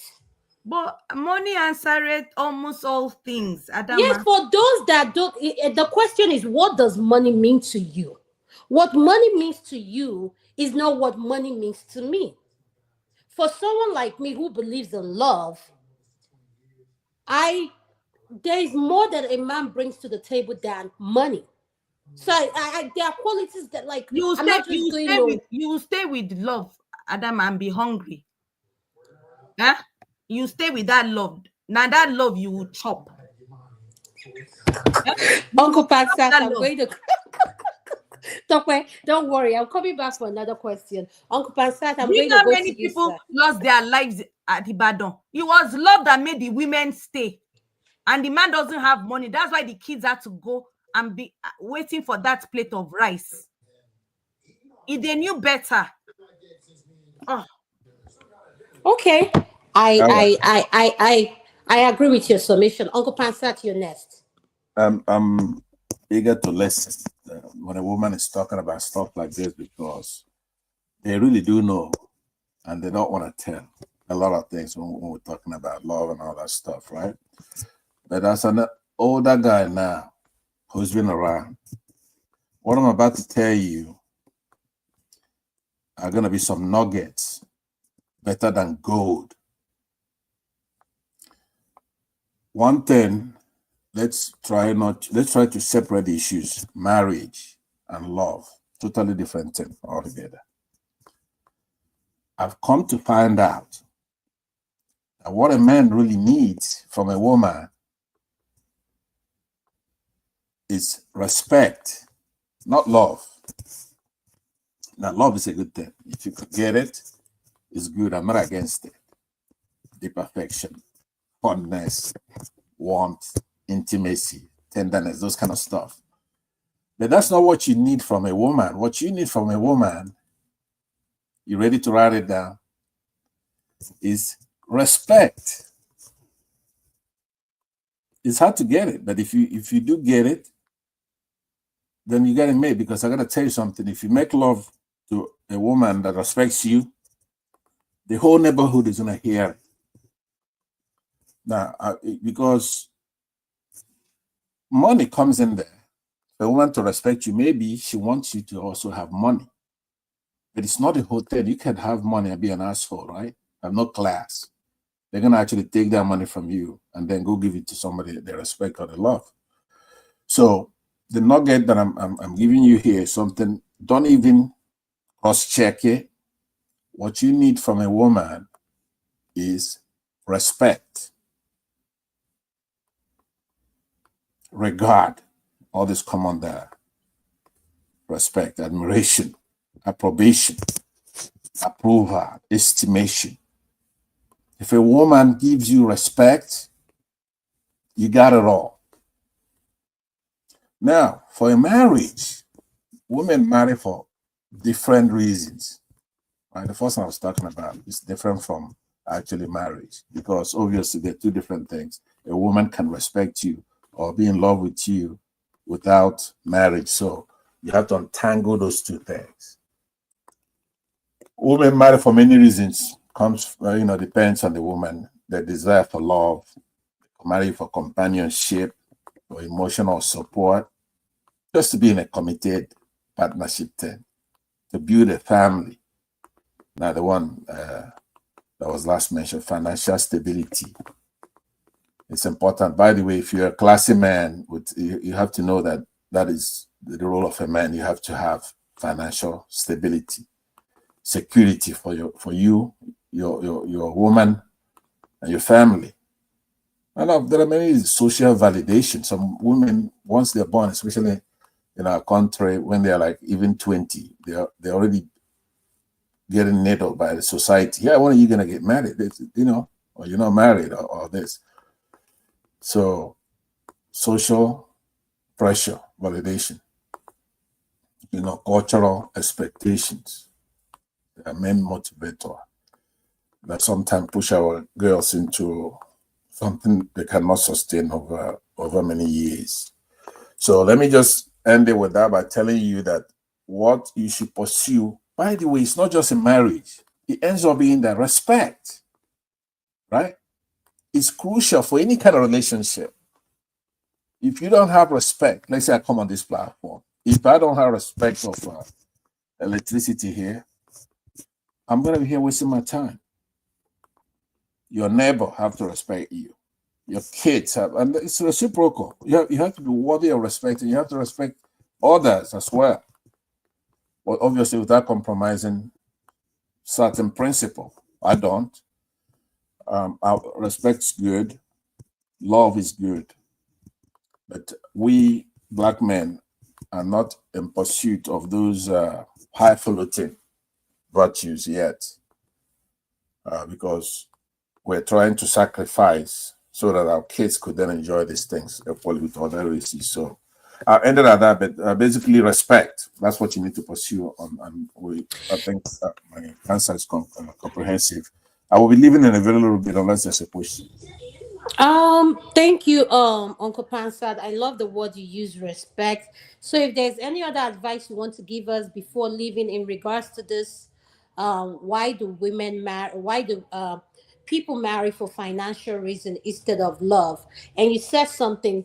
Respect is the key word today. Respect, because regardless of what relationship you are, what you should be bringing to the table before money is respect. And I really, really agree with you on that. So I want to give you the final. Do you have anything to say before you leave? Then I'll go to Uncle KJ, sir. Okay, very well. Because I'm so eager to hear from Uncle KJ, I would just say that we should all reduce feelings of loneliness with your significant other, whatever you're doing, providing reliable support system. If you go ahead and marry, you have to understand that it's a commitment, right? So don't go looking for that abstract called love. If you respect yourself and do the basic thing that everybody knows at over 20-something years old, you have to make sure you reduce the stress. You do everything to support provide for a family, be a responsible person, and where somebody is going to be proud of you, no matter what somebody's talking about sex. I mean, not sex, love, same thing, right? Same thing, same thing. I'm It in is the the same same thing. mindset you are. It's the Yeah, same once thing. you go, I end Love by is not saying, the same as sex. I don't agree. Love is not the same as sex. if you, one thing you have to try, many people haven't tried it. Maybe you see your neighbor making love to the wife and she's screaming and enjoying herself. It's because of respect, not love. Thank you very much. Thank you, sir. Thank you so much, sir. Uncle KJ, welcome to the show. I wanted to ask you, I don't know if you saw the video that I played, and thank you, compliments from you because you sent that video to Topper and we are using it. In regards to the man that left his soon-to-be bride for going to the ex house. You know, I asked Topper when I played this video, how did the man know that the woman went there? Okay.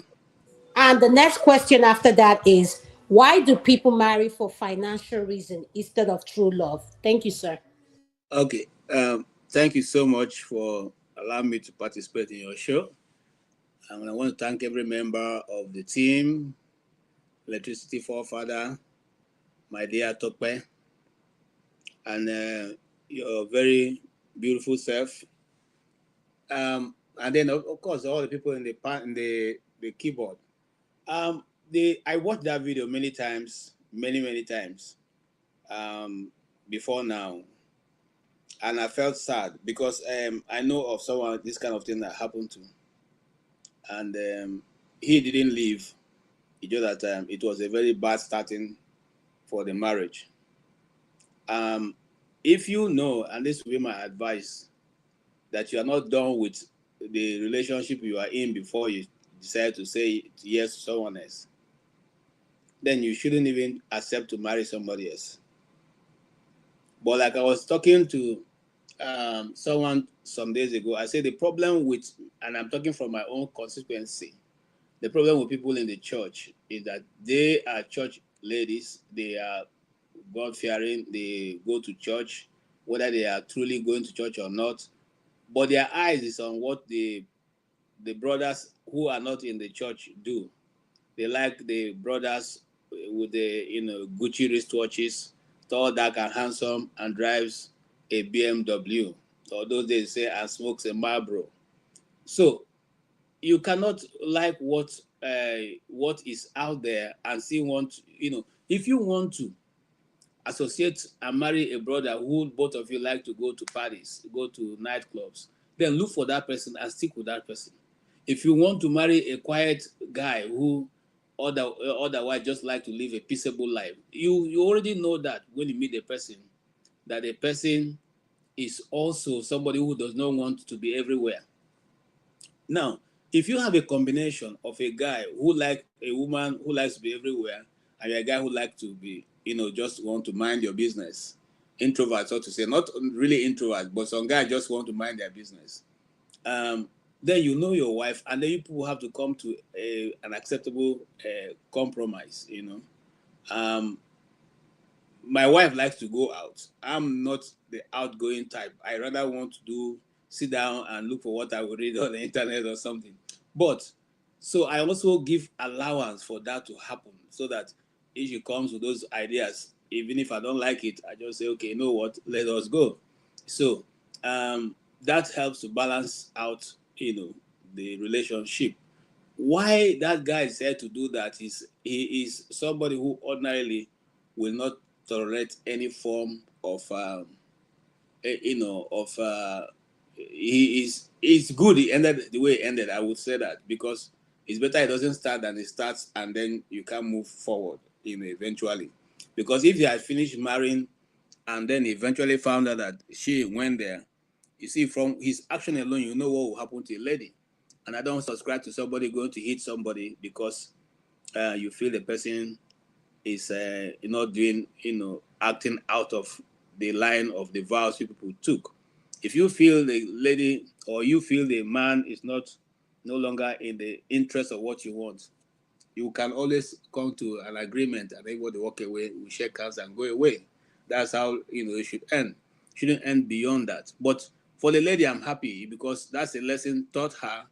If they ever get to settle and go back there, she will have learned a very big lesson. For the man, I think he'll be able to sort himself out because marriage is not for everybody. It's not everybody that is meant to marry. Marriage is only meant for those who can handle what is in it. Marriage is not for boys. It's men that marry. Marriage is not for ladies. It's wives that marry. So sometimes people mistake these things. The Bible says he who finds a wife. It didn't say he who finds a lady. It said he who finds a wife. In other words, it can be a woman, it can be a wife. I mean, you can be a lady, you can be a chick, but you're not a wife.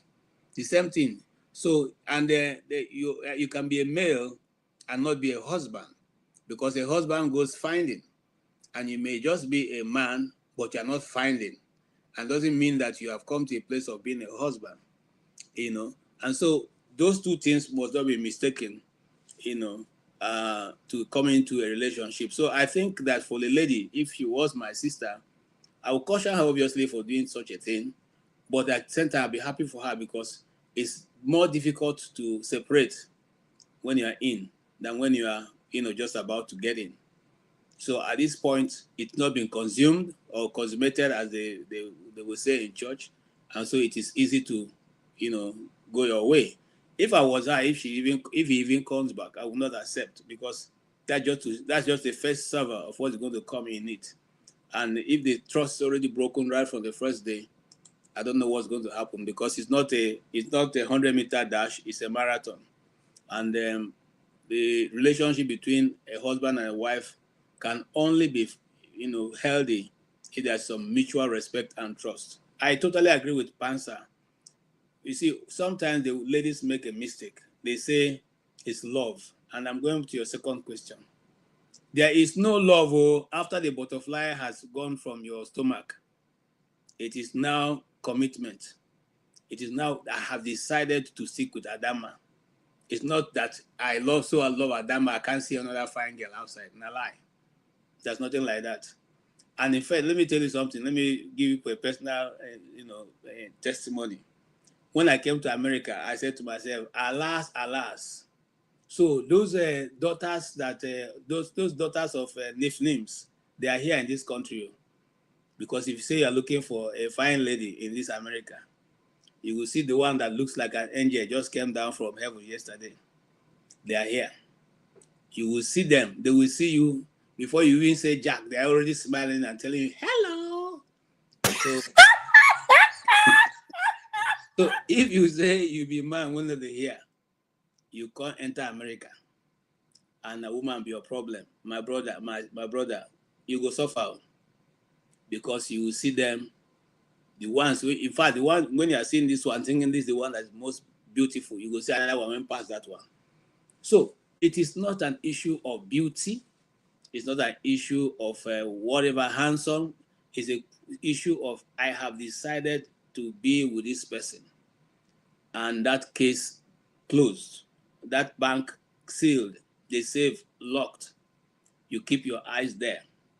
Now, the thing that keeps it going from here, if there are ladies listening to me, I want to again reiterate what Pansa said. When you don't marry, what keeps you in it is not love.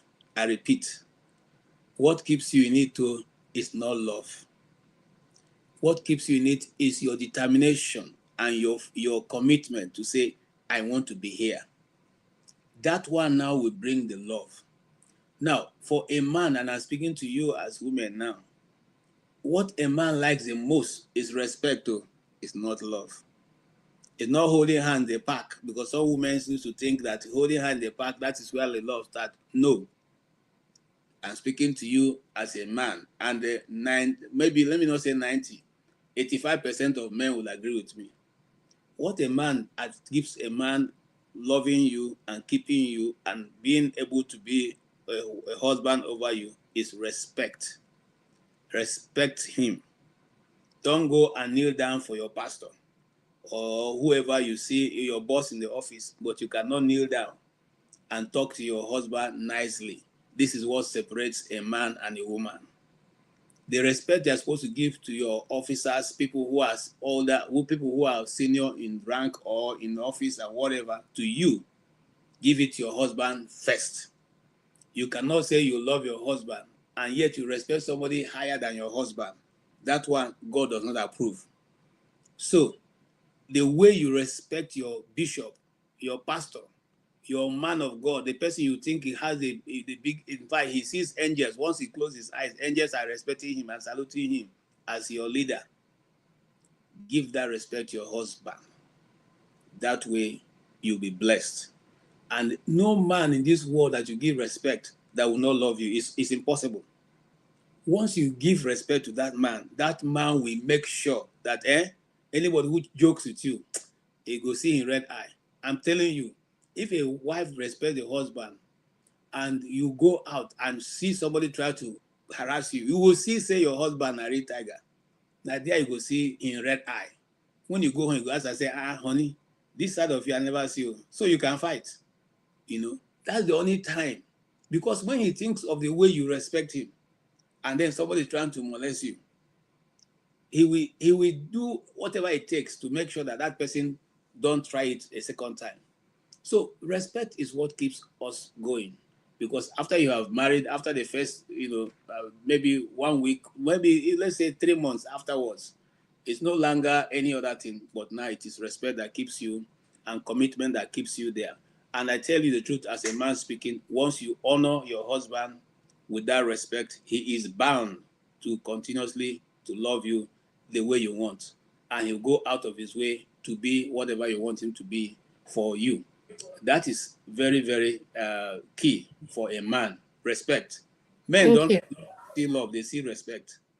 Okay. Thank you so much, Uncle KJ, for your words of wisdom. Well said. Respect. And I picked up the word you said, tolerance. We should be able to tolerate each other. And there's something we say in Igbo, agwa bụ mma nwanyị, which is character. A Yeah. woman with a good character, forget it. It surpasses everything. And character comes when that person embodies respect. You will see the character.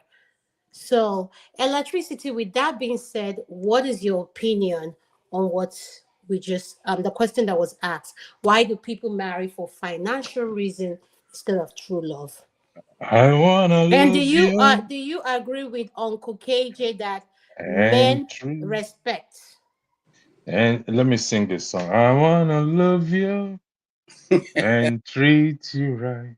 With the roof right overhead, we'll share the shelter. Whoa, on my single bed. Single bed, he said. He didn't say a luxury bed or a bed, a water bed. That's the point I'm trying to. I want to key it into the topic. But there's something that often resonates with me when someone says, "I am very sorry for disrespecting you." Just a powerful words. So before I weigh in into what KJ said, please, whether I want to agree with me or not, marry for love and not money. Again, I repeat for the record, marry for love and not money. The reason being that money is described to have wings and what and can fly away. Two, circumstances changes. And when that circumstances change, what keeps that relationship going? We've heard of tsunami, we've heard of natural, where people lost everything they've ever worked for, they've lived for. Well, some of them said, well, we lost everything, but I'm glad we still have each other. So as long as we have each other, those things are material things. Even if we don't get them back, we have each other. We can make each other laugh. Can you make that person laugh? X money. Money is good. Don't get me wrong.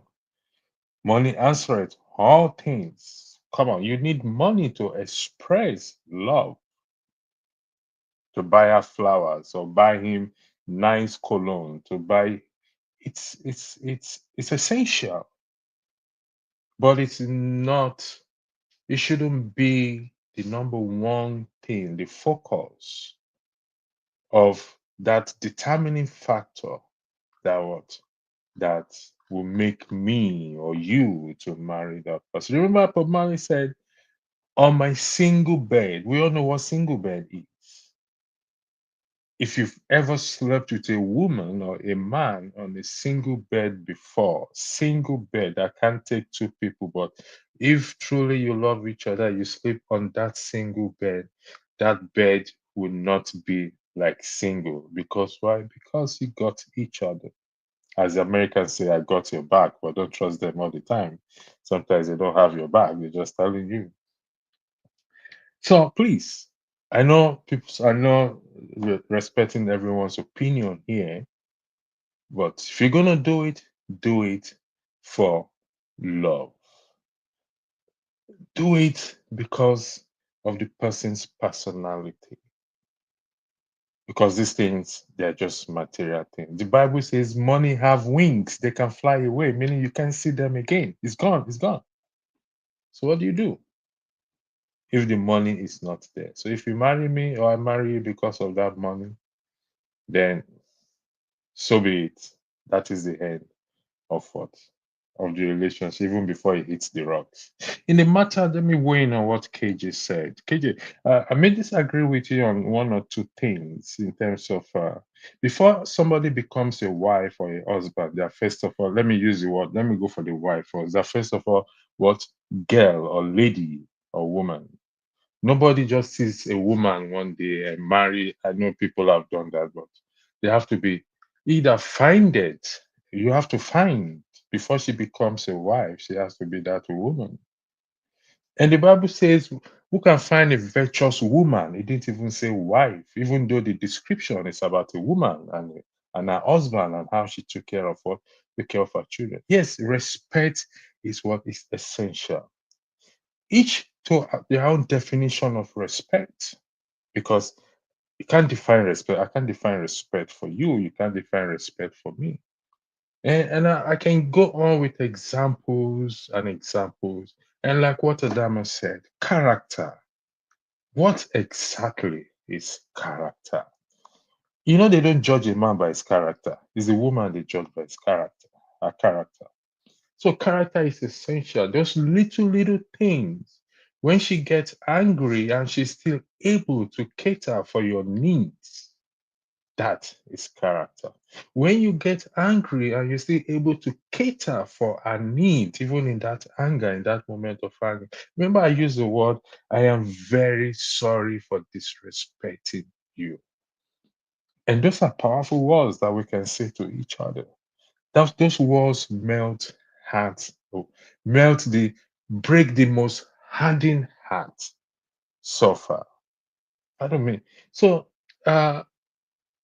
To define respect, each defines some. Me, my definition of respect is this is for me. Let's have the argument. But if at the end of the day I still say no, don't do it. Just don't do it. That's just, to me, that is just respect. Argue with me, hear your opinion, hear your view, because you have a right to hear your opinion. But don't be stubborn with your opinion, because it ain't gonna take anyone anywhere. To me, that is respect. And so when we look at this is a very interesting topic that we cannot exhaust it. We live in a fast age where everything is more based on materialist. Listen, if anybody tells you money is not good, tell the person because they've not had the money. Money is good. Trust me on that. But it shouldn't be the basis. It shouldn't be the determining factor. Because you know what? I may lose my job tomorrow. I may become disabled. if you listen to this song, is it I'm trying to remember the song. It was in a wheelchair, but she took him out for a date, a dinner. Accidents do happen. What in the case of you married her because she's so beautiful, and suddenly she got involved in an accident, that beauty is gone, or hot water poured on her face and that beauty is gone? What do? Will you still be with her? Will you still love her as it is? Listen, I told someone, you know what, you are not my spec, but you know what? I still love you. Honestly speaking. So it's beyond spec, it's beyond the status quo. It's beyond that. It's what you see in that person. And it's so pronounced that this is somebody who you can't imagine that she's gonna walk with you on the road, or she's gonna come so down to earth with you. But it is the case. And then you now make that decision. Is this the person or this is not the person? Remember, the journey is still far ahead. It's still a road, treacherous road ahead. But never, ever, ever marry or be with somebody because of material things. It will give you the security. But you know what that security is? That is a fake security. The best security you can ever, ever get is be sure that that is him, that is her. If nothing is there at all, if nothing is there at all, will you? I can give you stories. I mean, of my own stories and everything, but I will spare you that story for another day. So thank you, and I yield the floor back to you. Thank you so much, Electricity. Could you please play the next video, the slide? Since Tokwe says she needs Yeah, money. so sorry. My apology. I think I didn't weigh in on that video. If you don't mind, sorry Go about ahead, that. go ahead. You Yeah, can. yeah, yeah. My apologies, please. In respect to that video, because I was looking at the comments now that Quinty put there. What is good for the goose is good for the gander, which is she's 100% correct. How did the man know? Let's be honest with ourselves, men. I'm not saying what the woman, if it's true, what she did is right. But she went to see her boyfriend before a day before the man, and whoever was the talebearer or the gossiper, good luck to them. We men, we sleep with our girlfriend even a day before we get married, even on the day of our marriage and after our marriage. And she even knows before then, self, she let us be. Why should we be different? Fairness is fair. Am I justifying what she did if it's correct? No, I am not justifying what she did. But why do we think the law do not apply to us? Why do we think we should not be fair to her? Why do we think on the day before our marriage we go screw somebody? Then we say it's okay, it's a goodbye. Let me go have a goodbye thing with her. Come on. Let's keep things real. Yes, we may be living in a man's world, but fairness is across board. It's sad that it happened to her. So, is it fair for me to have my last fling? We don't even know why she went there. I'm not justifying it. She should have told him. Maybe yes, maybe no. Why is she there? I don't know. Could she be that she forgot one thing or he wants to give her a gift? I don't know. The story is a sad one, if true. But before we start to point accusing finger, and I went to church and a story was told about a preacher who doesn't let go of people's sin, ring it on their head until they find out that this guy is screwing men behind. Say what? They almost stoned him to death. You idiot! You crucify us. You see, let's be fair here. Let's balance the truth. I believe in balancing the truth. What is wrong? It should be wrong. Thank you for allowing me that few minutes. All right, thank you so much. Could you play the next slide? The Sorry, slide. can I just weigh in a little bit? Yes, Uncle KJ, I'm going to give you 2 minutes, please, because there's another Okay, video. Yes. thank you. 2 minutes is good enough. Now, I don't know what you mean, no, but when somebody, what I totally disagree with you, because marriage process doesn't start in one day, and so if you have started the process of getting engaged, going for a bride price to be paid, and then you have any reason to go back to your boyfriend's house to go and collect anything, it doesn't, irrespective of who found, who saw you, who didn't see you, that is material right now. Because if you're not able to control yourself, even second one day to the time of your getting married, I don't think you're going to be able to control yourself eventually at the marriage, and when you even get married. And I'm not saying that because it's a man. I gave an example. I say whether it's a man, whether it's a woman. So if you are not certain that you want to marry, don't get into the arrangement. But if you have decided that the man has gone to your parents, paid bride price, you are going to wear your bridal dress the next day, and the day before you decide to, for whatever reason, to go and say goodbye, what is the thing you're going to discuss? You're going for a village meeting or something? No, it doesn't make sense. There's nothing to defend there. And I think the guy took the decision because it's not something he could stand. And so it happened before they got, to be joined together. And so it's a good time to break it. If she wants the person she wants to go and greet and collect her shoes that she left there, she cannot have enough time to go and do that. If whether it's for the man, whether it's the woman, I'm not saying because the woman is the one who is affected now. It could have been the man also, and she can decide to walk away. I just watched a story of the woman who was asking her husband to divorce her, in Abuja, and the guy refused to divorce her, and eventually before the day break, the guy he stabbed her and killed him. And these are Muslims. He could have simply divorced her since she was insisting and trying to harm him before the night ran off. He would have been alive today if he did that. So when people are that serious and they're that committed to what they want to do, you don't need to hold them back. Allow them to be who they want to be, and that's it.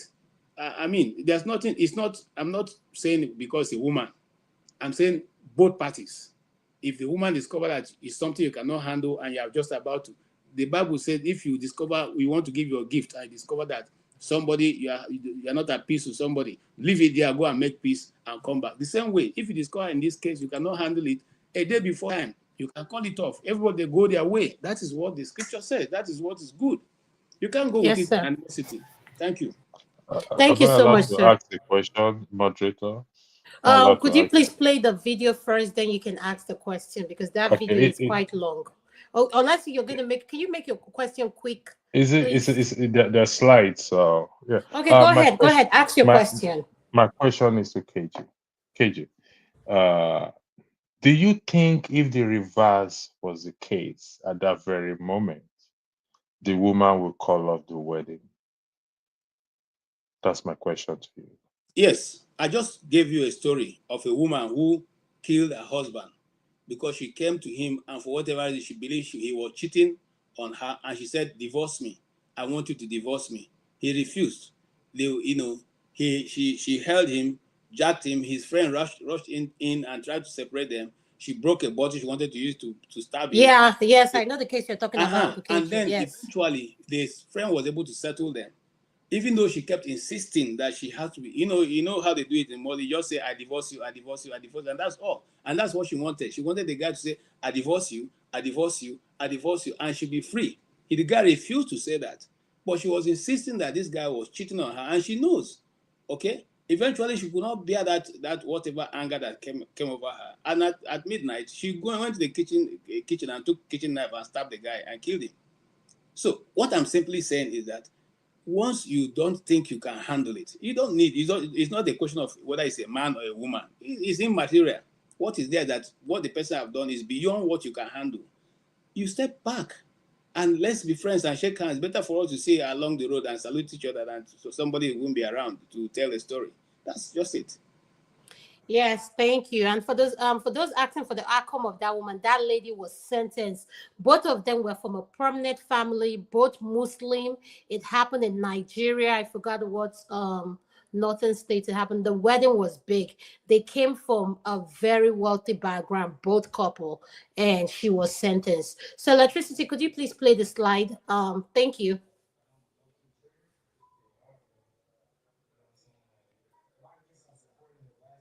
This is slide number 1. Is it Clara there, please? Yes, it's Clara. Okay, so you were into it, then you want me to be playing it one after the Yeah, other? keep playing. I marry Okay. everyone. Can everyone see what is playing? Forefather, Uncle KJ, Tokwe, can you see what is playing? Yeah, I can see. All right, No. thank you. Go ahead. Go ahead. Is it playing? Yes, he's playing now. He's going to go to the next one. I'm not seeing it. You're not seeing. Everybody is seeing. Why you stopped it? I don't understand. Electricity. Is it me? It's disappeared. The electricity, it appears some there is having technical issues. Yeah, that's because I wasn't seeing. But did you guys see the first thing he Sorry. showed? Sorry, hold on Electricity, one second. you just took it sorry. off. Yeah. Yeah, no, I didn't take it off. It just Okay, I'm sorry. Go ahead. Could you play it again? Where is number 1 again? Number 1 just disappeared. Okay, I've seen it. All right. Here it is. Women talk number 1. Okay. Tokwe, can you see it? I can see it. No, I'm only seeing a picture. Are they? Oh, that's what it is. That's what we're seeing. A picture. I thought it was meant to be a clip. I thought it was meant to be a clip. Sorry. No, the word written. Okay, you can play the second one. Okay. I don't know why it keeps. Sorry about this. No, it's okay. Go ahead. Oh, sorry.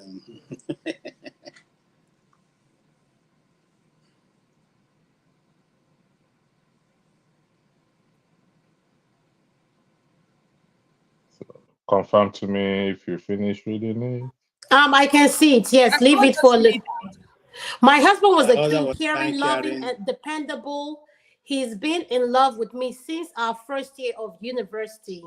He was ready to do anything for me, supported me during tough times, and was always by my side. Wow. Go ahead, the next one. I don't know why you keep closing it and well, go ahead. It's because of what I'm using. Sorry about that. No, that's fine. That's fine.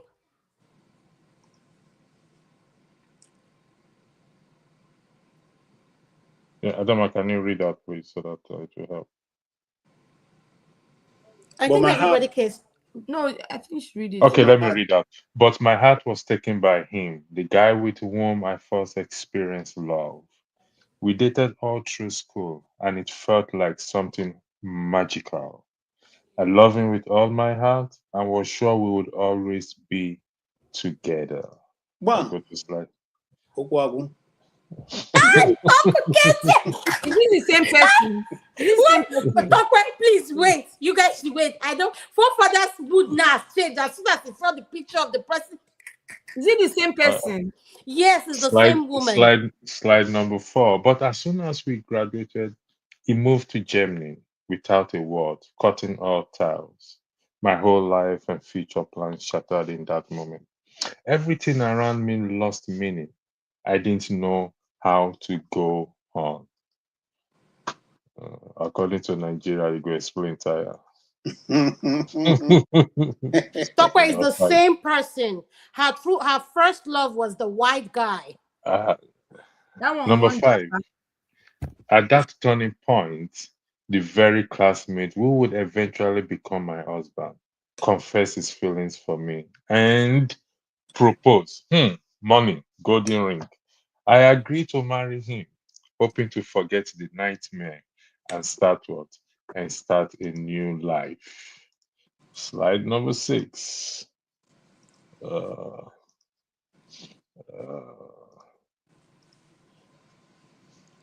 But after the wedding, it only got worse. I tried to convince myself that I had made the right choice.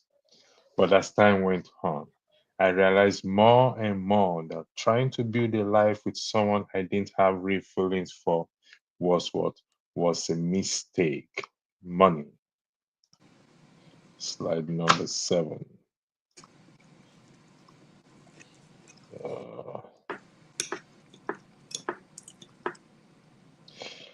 I felt terrible. I tried to let go of the past. I tried to love him, but I couldn't. In search of support, I started taking NAD. I don't know what that is. Does anyone know what NAD is? That's a good. Let me just be quiet. Okay. All right. This is a safe space now. In Educate us. search of support, I started taking NAD. It helped me manage my emotions. My anxiety gave me what? Gave me clarity. So gave me clarity, not give me. Gave me clarity, sorry. Number 7 or 8. I think it's number 8. Sorry. Yeah. I realized I couldn't keep living this way, deceiving both myself and my husband. I couldn't give him what he deserved. He deserved to be with someone who could love him back. I told him everything.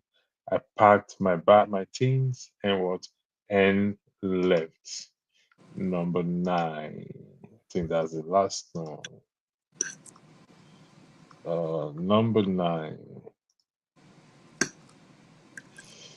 I don't know what next, but I hope I can figure things out. Let go of my first love, and maybe someday learn how to love again and allow myself to what to be happy.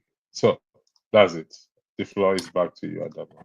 Okay, thank you. In reference, why I wanted the slide played is Tokpa says something, and a lot of us do. We say something about money. It makes me happy to see someone die young to believe in love, because I believe anything money can buy can be taken away from you. But like you say, Uncle KJ said Pansat, Tokpa and Tunai shares the thing. They said money. And I think that's the society we are raising our youth back home in Africa as a whole. If you see a youth on the street, you ask them, what do you want to make out of your life? The first thing they say, they want to make money.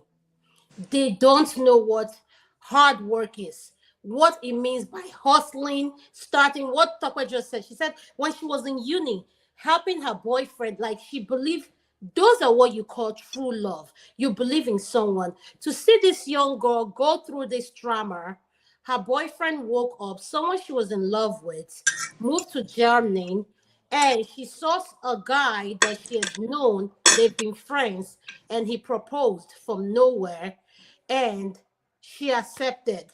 She was living a good life, but at the end of the day, she knows she wasn't in love with this person. So, Talkback, in reference to this video, what do you have to say? Hunger never hit him. That's why she left the guy. Hunger hasn't hit her. That's why she left. But you should ask her this same question about this love in the next 5 years. When she can't pay her bills, Thank you, Tokwe. God she bless you. should realize that she made the greatest mistake of her life. A man that is taking care of you, paying the bills, showering you with love. So, Talkback, let me understand what you're saying. Are you saying she should have been in a marriage that she didn't love a man because the man was well-to-do and is taking care of her? Is that what you're saying? Yes. It's Okay. because hunger hasn't hit her. That's what I just said, and I'm standing by it. By the time hunger hook him, she'll run back to the guy and beg him. Okay. Thank you. Anything else? Ukwagu. May I interject, please? No, That hold was- on. Electricity, you speak last. All right. Uncle KJ, you are next, sir. Okay, I'm next. Bless God. Tokwe, my sister, thank you. Look, let me not try to be satiric here now. Look, let's face the fact. This thing called love is not one-way ticket. Okay, Betty Wright used to sing, so good when you love somebody and then somebody loves you back. If the person doesn't love you back, my dear, pack your load and go in Jesus' name. Okay. The guy have said to, you see, whatever the guy she was what to the guy is what the guy have showed her at the last minute. He packed his load and called off her. I don't want to use the American slang here. Even though I say she called off her bullshit that she thought she had. Okay, the guy was never in love with her. he was just passing his time. And after that, he packed his things and took off and forget, never to even reconnect any longer. Now, she is the one who is in love with herself. And the guy was just playing along the game.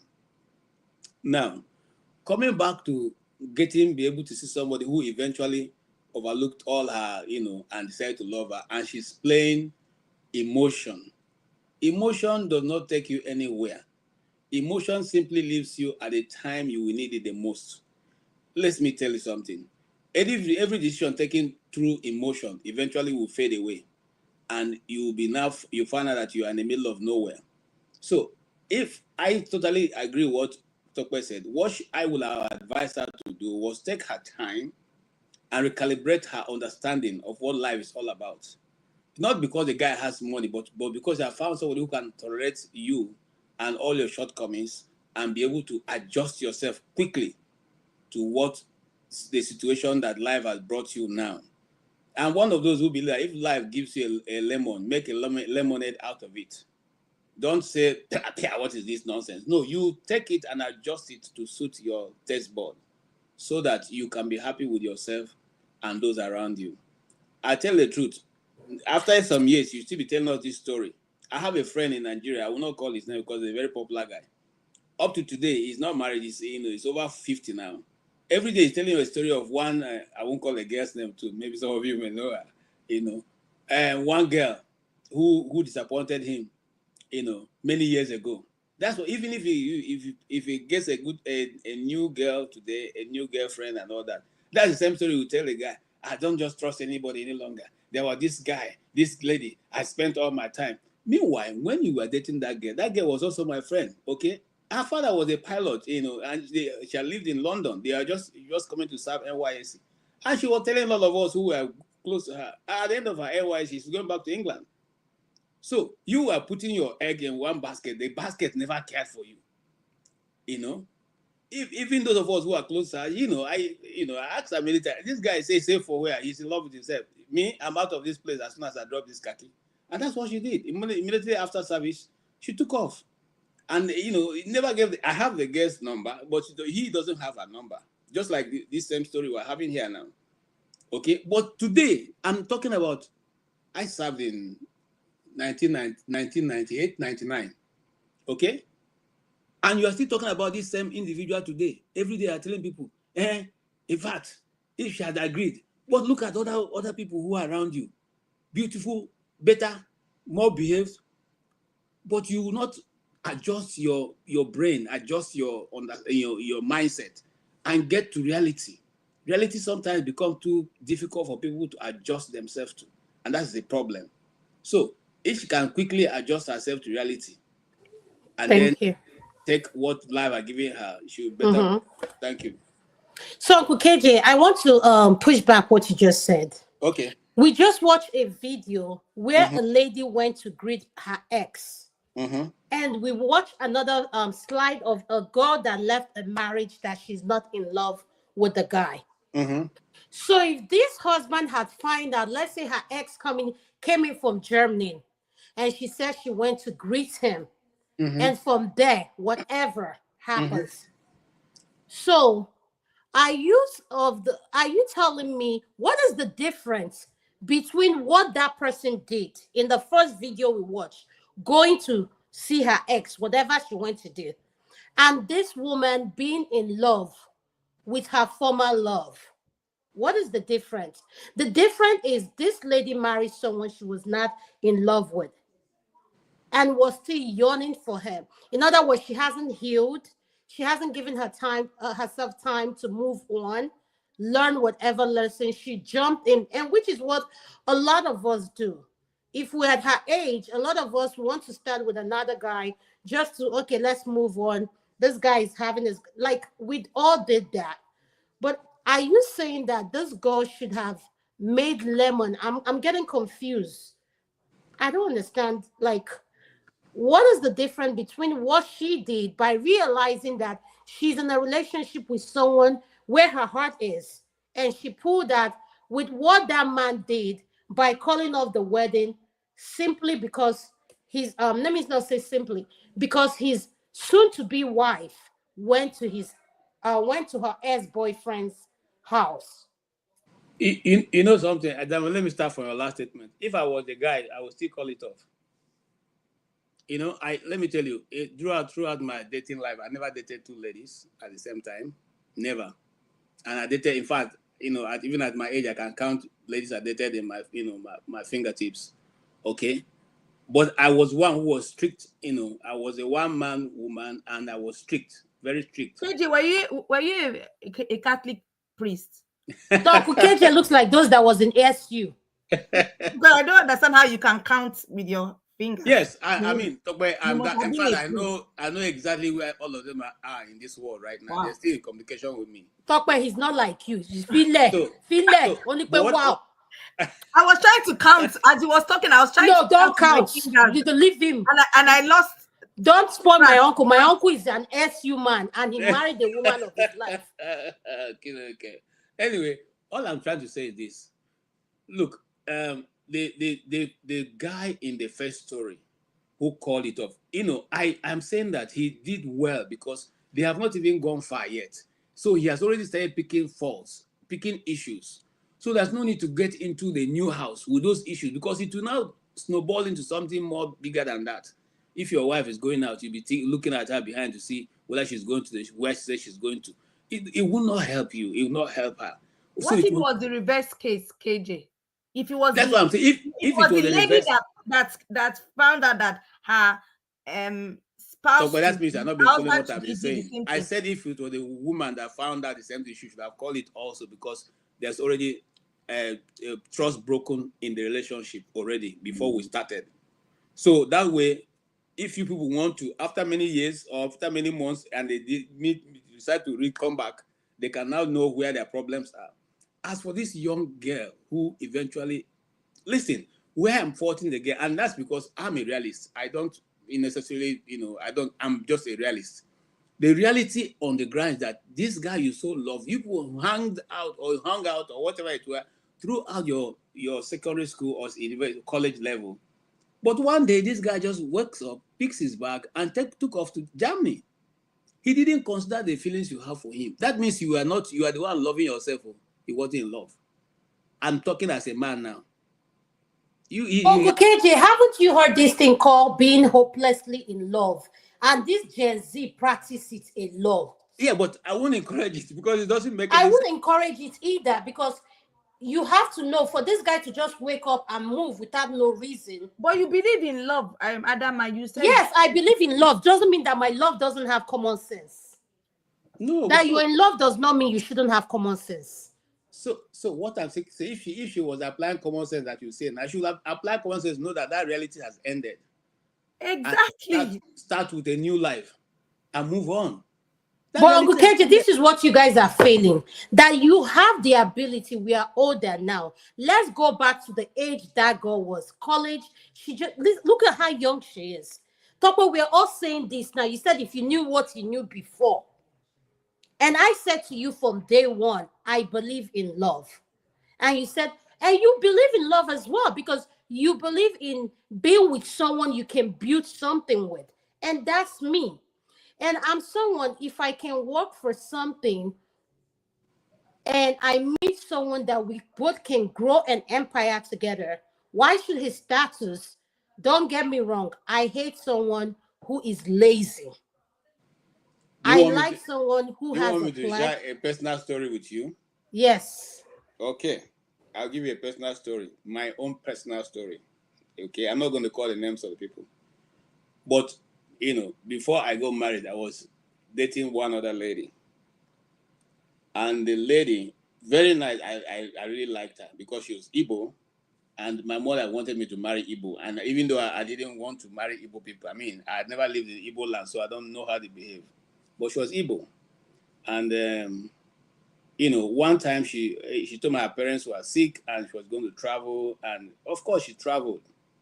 And then, just like you said, I was still a Christian at that time. So she traveled. I didn't have any belief that what she said she was going to do, she wasn't going to do that. But how did I meet her? She was going out with somebody else who was a drunk and all that. And blah, blah, blah. She gave me all the stories and, eventually, okay. So me, I know be that those kind of people. I just meet you. I say, I want to marry you, and this is what I think. If you think it's okay, we go think about it. So, and that is what she thought about. I said, okay, yeah, she has prayed and she thinks that what I'm saying is correct. Anyway, to cut a long story short, now when she traveled, she went to this other guy, because at that time the guy was no longer living in Abuja. They moved somewhere else, and she went to the place and came back. And when she came back, she took a taxi, a drop, and came straight to my house. Hey, hi, I just want to let you know that I'm back. I said, okay. So when she walked in, my spirit told me that this lady had just gone to do an engagement. Listen to me. I said, wow. She sat down, do you have drink? I said, yeah, there's drink in the fridge and all that. Oh, and she sat down, she drank and all that. I said, welcome. So where are you coming from? Oh, she went to a bar, she did this and did that. Oh, great. So your parents? Yes. Then as I was still thinking about what I heard in my spirit, whether I'm still thinking whether it's correct or not correct. And then my spirit told me again, there's an engagement ring inside that bag. That was too shocking now for me. And I said to her, okay, but who has the engagement ring in your bag? She now stopped what she was doing and looked up to me. I said, what did I say? I said, there's an engagement ring in your bag. Now bring it out so we all can celebrate. She was so shocked. Even me, I was shocked because she opened her bag and brought it out. And I said to her, I thought you were going to greet your father who wasn't feeling too fine. You went for an engagement ring. You went to engage. She started crying. And when she got there, her parents, called this guy because the guy has money. And the guy said he was going to buy her father one car like that. I won't call the name of the car. And buy her something and do this. So they were all taken aback by the offer the guy was making. And so before she knew it, the guy had paid her done engagement and all that. I said, okay, it's good. I like it when people make a choice that they like. So you know what I would say? I'm not annoyed though, but I would say, since you are now engaged, please, it would be good you excuse me also. And then I don't want your, whatever husband to be to come see you here and think there's something beyond what, is going on. She was refusing, she refused, she shouted, no, I'm not going anywhere, blah, blah, blah. But for me, I knew it was all over, because I wouldn't like to do to someone what I would not like to be done to me. And since you have already chosen what you wanted, irrespective of the fact that you know that it's not what you wanted, then how do you want me now to accept? You want me to now be the one to be the asunder in your relationship? No, I will not do that, So despite all the crying and whatever, I still say, my sister, if you leave my house, they no come back, no come back. So why am I sharing that experience? It has to do with somebody who can say, I put my leg down and not allow this thing to skid from here. Okay? I am a man. You are engaged. Like I said to her, since there's no sexual relationship between us, you have nothing to lose. I have nothing to lose. So you just move on with your life, and that's it. So in this case, this particular case, this lady, have gone beyond the gate with this other guy, but he didn't put those feelings in mind when he was taking his decision to leave you without giving you a forwarding address, not even a common telephone number. And then you are still now thinking that something should happen. Wake up. You see, even say she's young, but even being young, haven't gone through the walls of university, you are no longer that young. You have been taught on the way to reason and be able to make sense out of nonsense. So if you ask me, my own self, I would say this is what I would have expected her to do.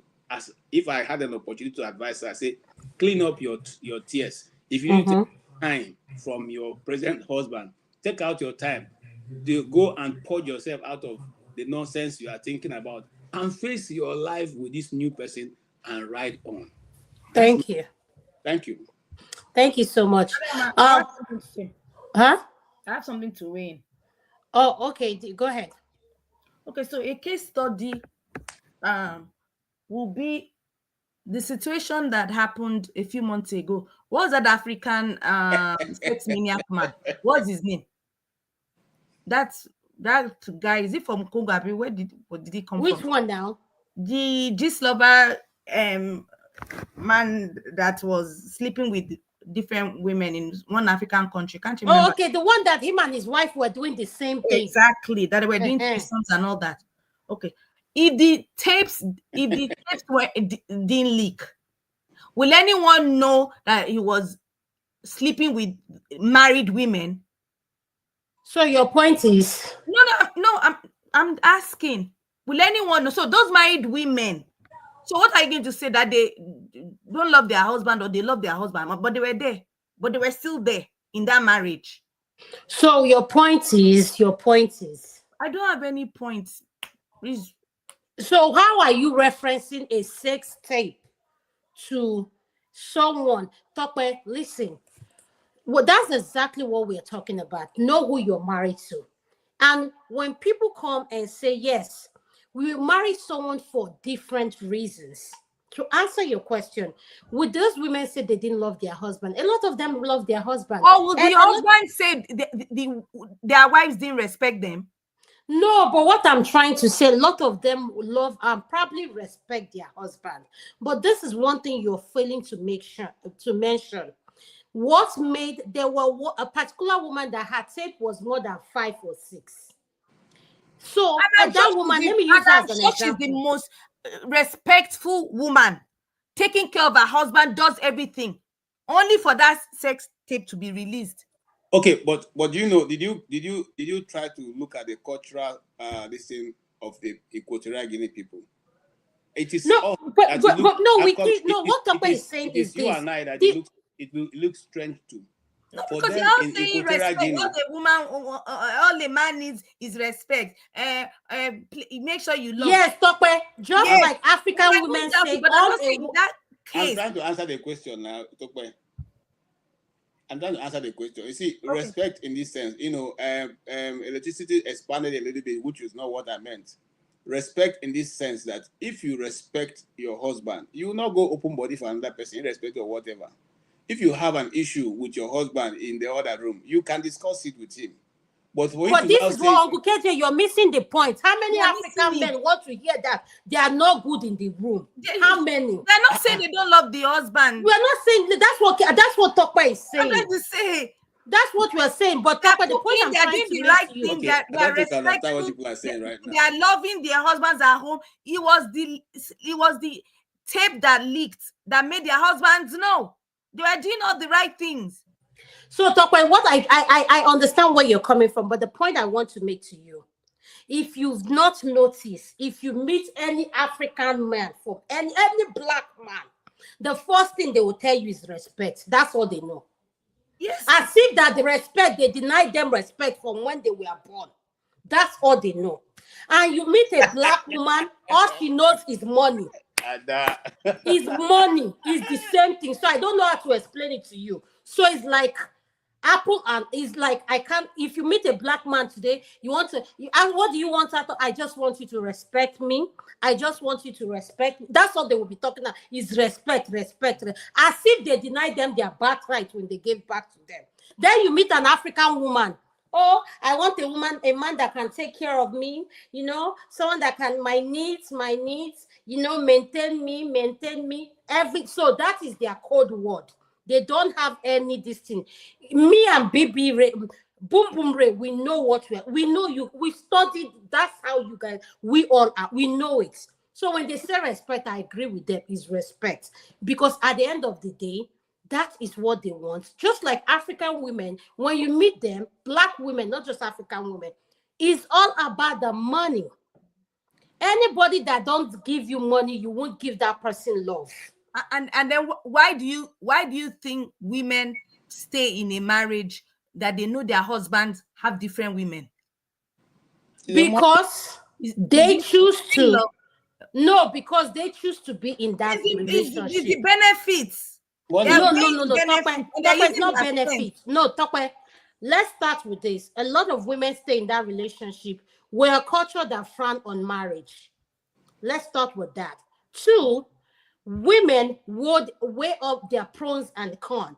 A man can pack and leave. Even someone that is jobless, he will tell you, I'm done with this marriage. But an African woman will say, oh no, let me manage him. Ah, my children now, what will happen to my children? They use the children as an excuse. So when those children grow up and leave you tomorrow, you're still staying with that person that cheats with you. What works for you might not work for me. And what works in your household and my household is different thing. We need to respect that. But what I hate is you trying to convince me that what worked for you should work for me. No, it doesn't work that way.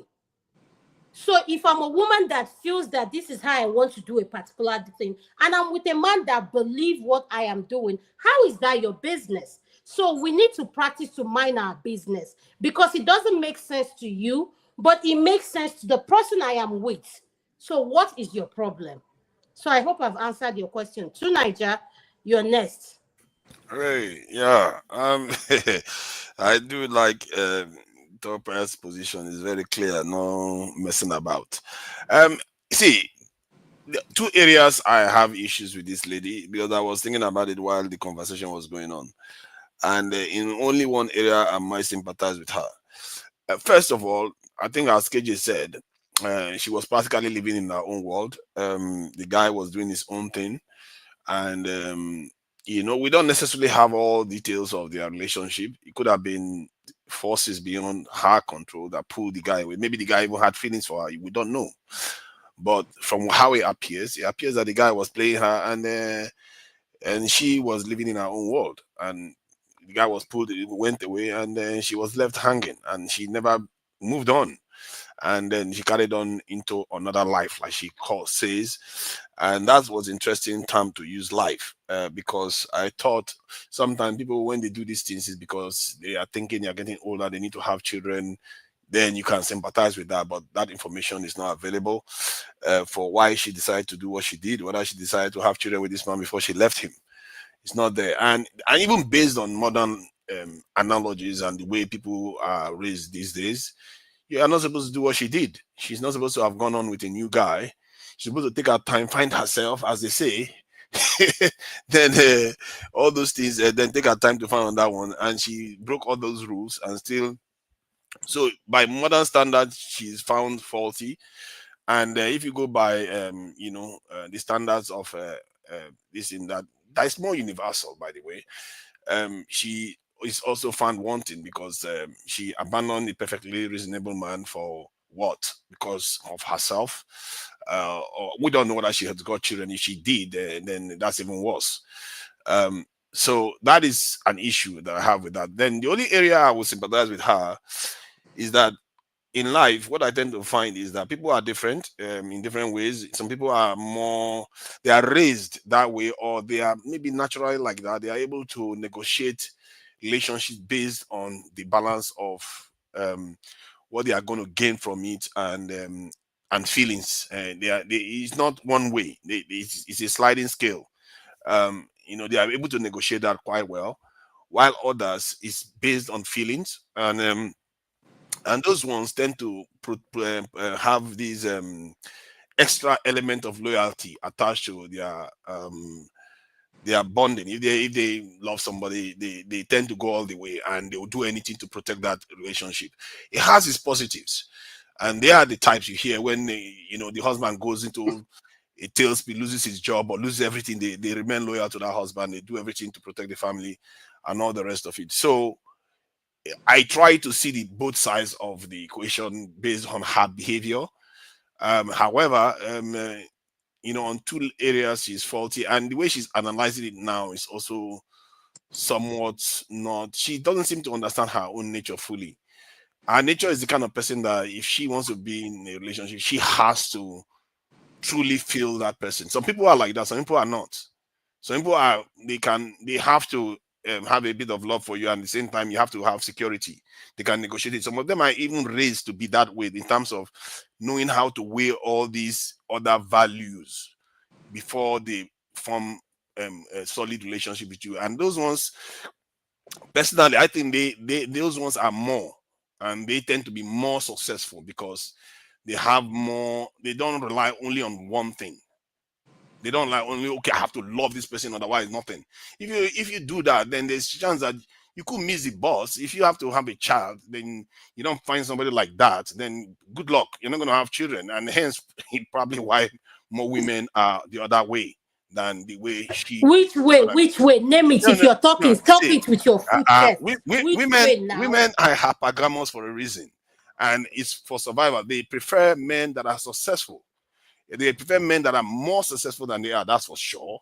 And so, from that point of view, they are doing the right thing because, like I said, you don't want to be, loving somebody and then your life is full of misery. And not to mention, if you transfer that misery to the young children that didn't, engage in your selfish loving interests, that is not exactly fair on the children, is it?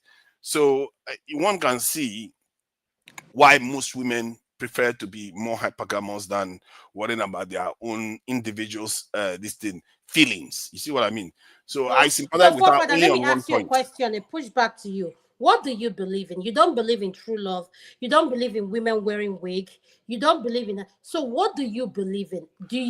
So you believe in a man being financially distant in order to provide. You believe in multiplying. You believe in a lot of things. So in this topic, what advice do you have for young men that are listening to you? I believe in it all.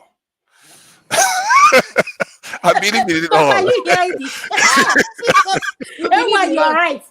You are so right on the comment section. If you know your bestie, you see what he just Father, he said to ask you, what do you know about this topic? You apply security to the matter of law. I believe in it all. What's wrong with it? I can believe it. I'm free. You see, we are free agents in this life, and you have to have room for most things to live fully, isn't it? At least as much as you can. If you have chance for overwhelming, how do they describe it? Love, you go with it. If you have room for measuring, because if you believe in all that kind of love, you have to think too. You shouldn't be that stupid to the point. Let's say you don't have money, and then you start going with another person that doesn't have money because it's all overwhelming true love. Then guess what happens? The ending result is going to be terrible, either for yourself or for the children, and that is not exactly very good for anybody. So yeah, you believe in all those things, but you also have to truly believe in the sense that if you truly love somebody, you are not just loving them, you are loving everything that comes with them. Why you applying love? I cannot love you if you don't have money. I'm dealing with you. Once the money finish, just don't even tell me. Pack your things. That's not my point. But the point is that you have to beyond them, because when you love somebody, you think about their children, the children, and all the rest, how they're going to be. No, I say I can't do that with you. Once the money is over, I want you to pack your things, because you told me that you are meant to provide for me and supply my needs. So once you can't do that anymore, why should I be in a relationship? That sounds like Jesus. That one is a problem. That one is the problem. If you left, I'm not talking. What do you mean? That sounds like Jesus. Jesus to supply all my needs according to his riches, his glory. That's Jesus. The man is not Jesus now. It's Jesus that. No, but you said if money is not there, that what are you doing in that relationship? So I'm asking you, why should I be with you when I know you're a broke ass? No, you don't have to if it's only me. But if there are young ones involved, then you shouldn't necessarily abandon me. As an individual, and I become a burden to a partner, it's up to her. If she decides that I can't take this type of burden anymore, I would be selfish even to want to hold on to her. I think people, most guys will feel the same. They don't want to hold on to somebody if they just are burdens to that person. You see what I mean? That person might as well go on to do other things to enrich society. If nobody wants to hang around a loser. I'm not going to cry for that lady if she decides to abandon me. That said, but if there are children involved, then I will. No. I can take care of my children. Don't worry about the children. The children need their dad. You like it or not? So when you see me, I have problem with Tunaija. Tunaija wants to have his cake and eat. No, I'm not eating my cake. I'm not putting myself first. I'm putting the family first, because no, I say leave the family. When we started the family, you should have known that your money will run to an estate and your business collapse. And I say Tunaija, pack your things I will take care of the children. Your love and I has ended. They'll come and see you. So why should I maintain a relationship with you? Because I have kids with you, I can have a child with Yes. anyone. And for one, the children need access to their parents. That said, if you chose, As what?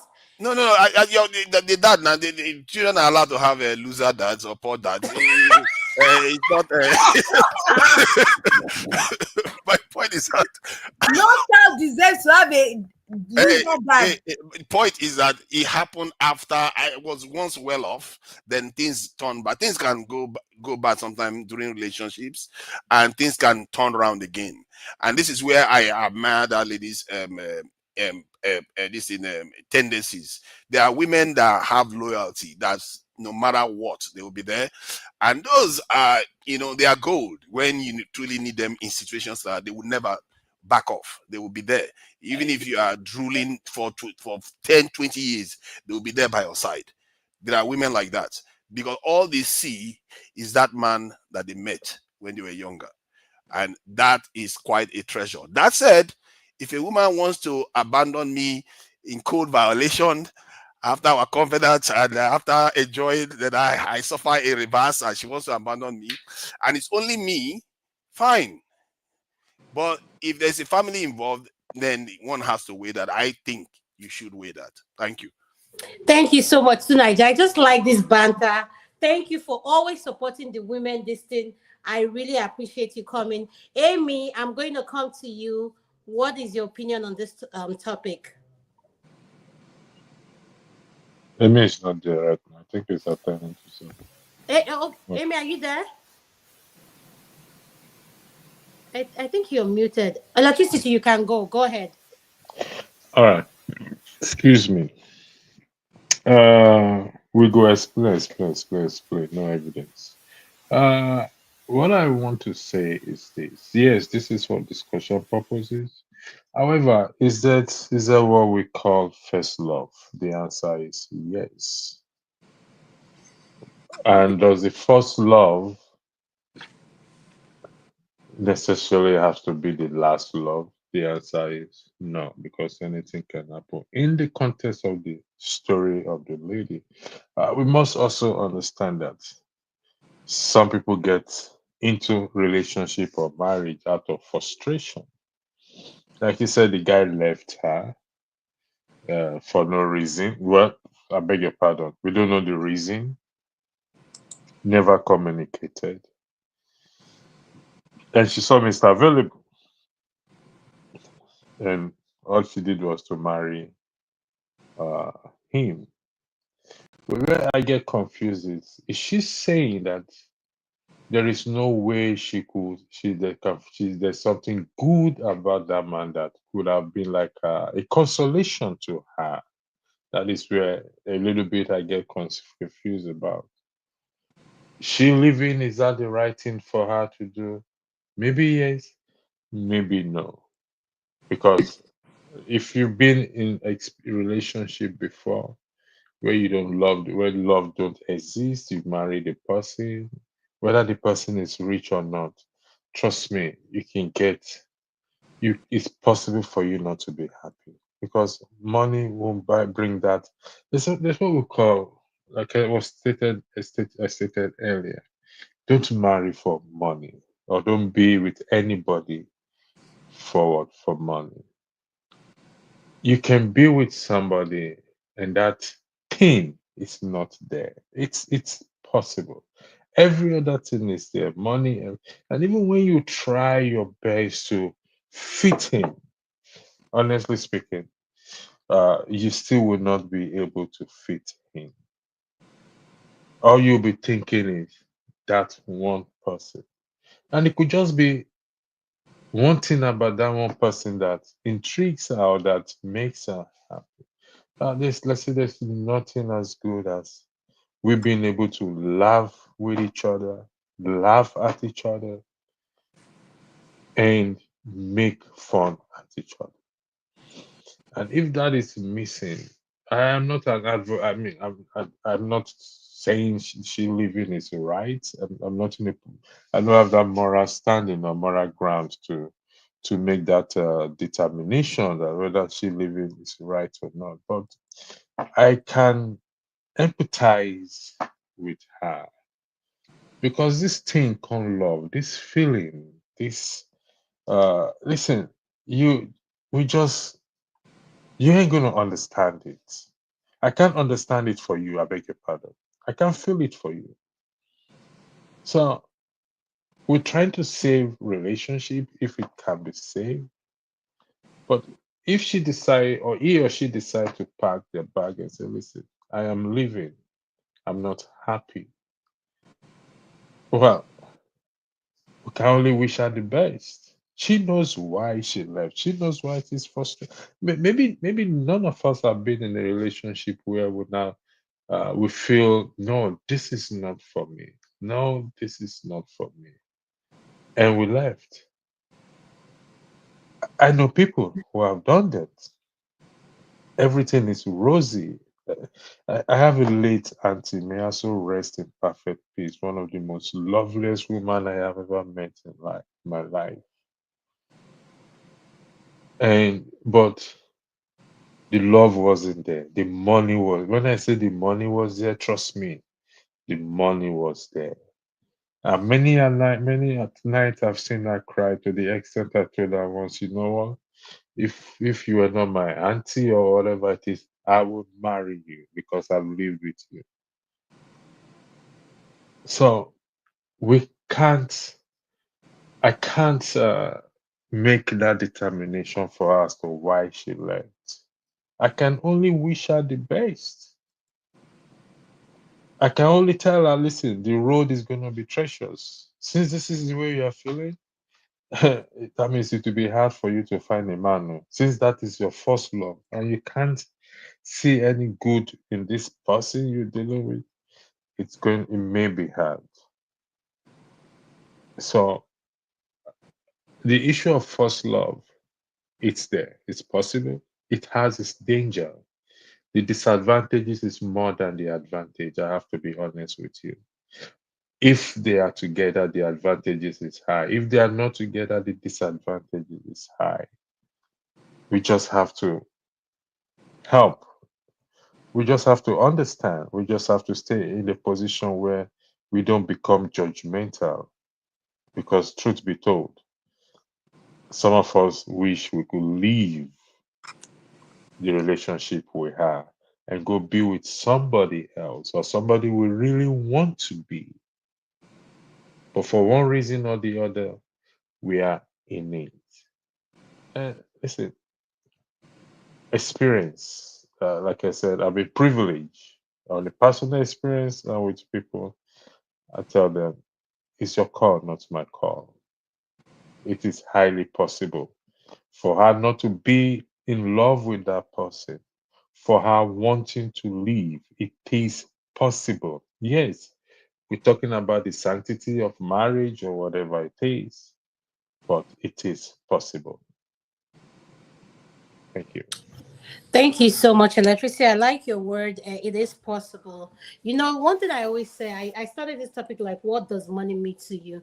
There's a friend I have. He's so special. I don't speak to him. He makes me mad because he always says things that trigger me, but he knows what to say because he knows me. And I always say, what does money mean to you? If you have been in a position of making money, earning, and you know you're comfortable in any situation you find yourself, and you're blessed to surround yourself by true friends, and he happens to be one of them, but he drives me crazy. He always say, Adama, I don't care, money or this thing. And he's genuine. He's a hardworking person. He's a single father. He has a son, and at the end of the day, I've come to realize one thing: it's hard to find people who really care for you for who you are and not what you are. And I said to him, I said, do you know the difference between who you are and what you are? And he said, yes. Some people get attracted to who you are because they know who you are in society. But what you are, you're crazy, you're feisty. He describes me. So I think every one of us like people like that in our life. So when I talk about love, authenticity, someone you can have a laughter with, do anything with, we all deserve that. But at the same time, I want to make something. Where are you in life? How old are you? Because if you're in the age of my daughters who are still starting, who don't care, I always tell them, listen, travel the world, enjoy things. Men will break your heart, but the ability to pick yourself back up is called experience. Enjoy life, create your destiny, focus on your career and everything, because I did. And if we can come here now and say money surpasses everything, I don't share that view, because I have been blessed to make that money and enjoy it. And I can say to you, with the older you get to realize the relationship you make with people. If you're fortunate to find someone that loves you for who you are and not what you are, that doesn't care who you are. I mean, he can call me and talk to me about anything, and that's what I enjoy about the authenticity of the relationship. Not people who want to micromanage you and control how you think and everything. Know the difference. People who love you genuinely because they know you talk too much. You're crazy. When you get mad, you get this, and they want to put up with your nonsense, and they will love you regardless. And I think each and every one of us as humans, we deserve that.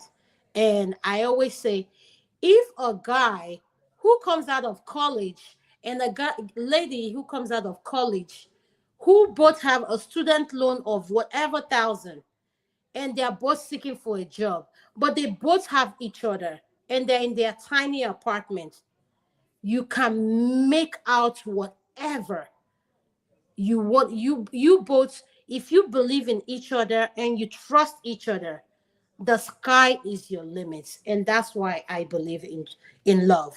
So So may Amy, I? I'm going Can to we do come a to bit of you. May I? Q&A? Can we do a bit of I Sorry, wanted to Godfather. exercise. Sorry, You one Yeah. second. see, Amy, I apologize. I need to say a story. Am I permitted, hold Adam? on, wait now. Forefather talk first. Forefather to you.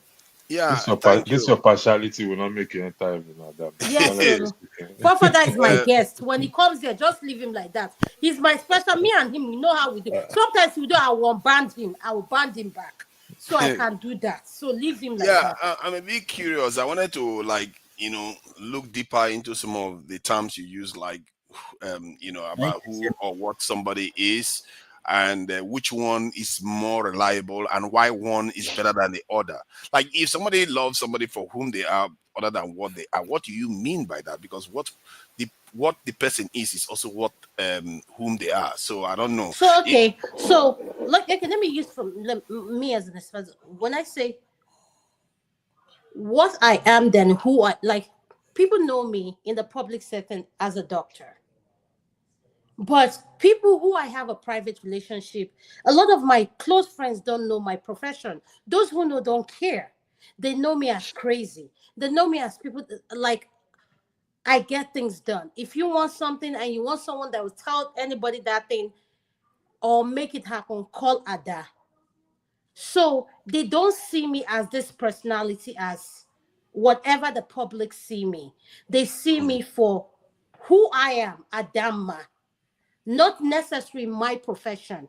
What you get to see on the platform here on Dr. Damages is what I let you see, and which is mm, my profession or whatever. Like what I get to control what I want you to see. So I think what we lack is okay. Let me give you an instant. Let's use Obi Kobana for an instant. Do you know how difficult it is for Obi Kobana or E Money, or let me not use Dangote, all this. Let me use people that are just, young men who are in their early 40s.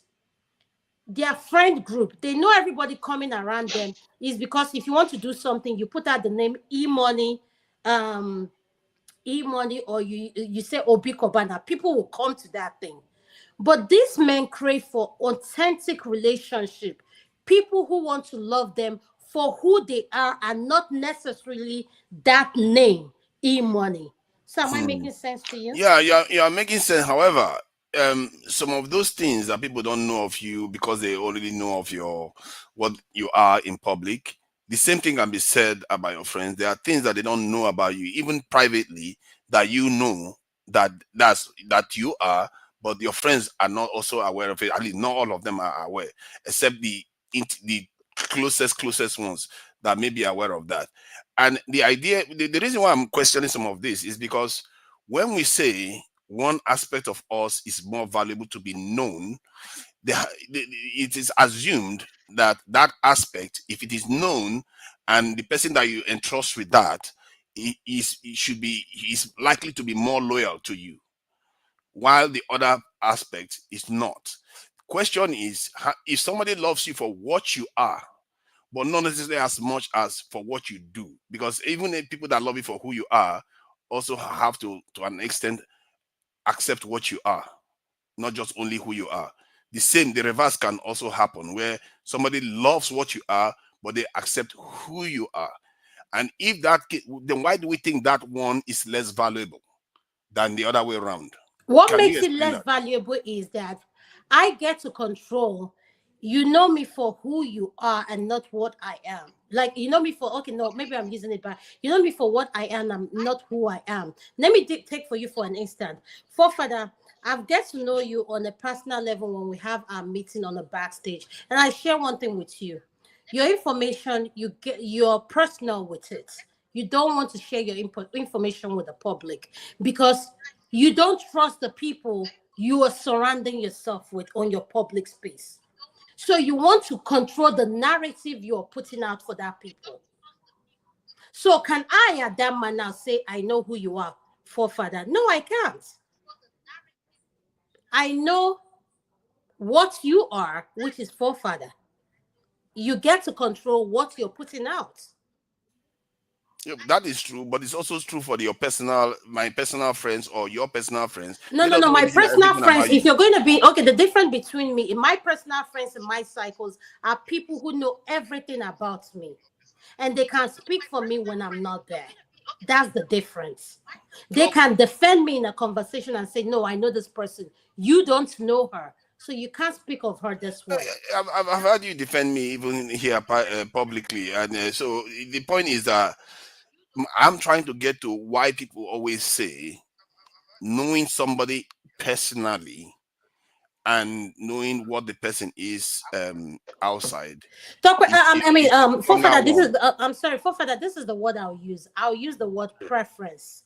Your preference and what are you comfortable with and what trust level. Because I always use this word, we are product of your environment.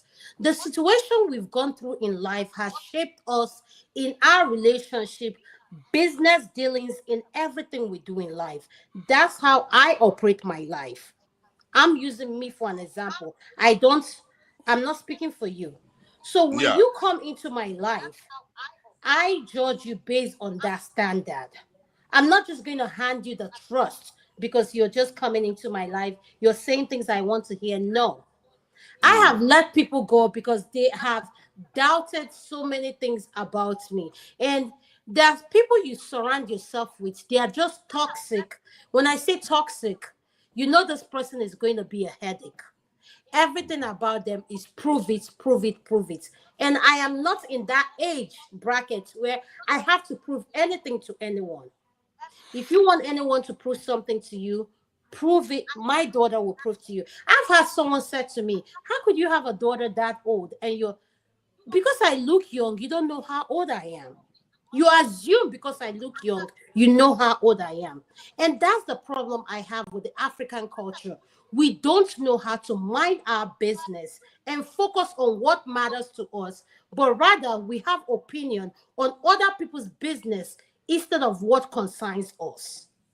Okay. So would you accept if I said that people that get into relationships where they know what they love what the person does and more than what the person is has almost equal chances of lasting just as long and producing just as good outcomes?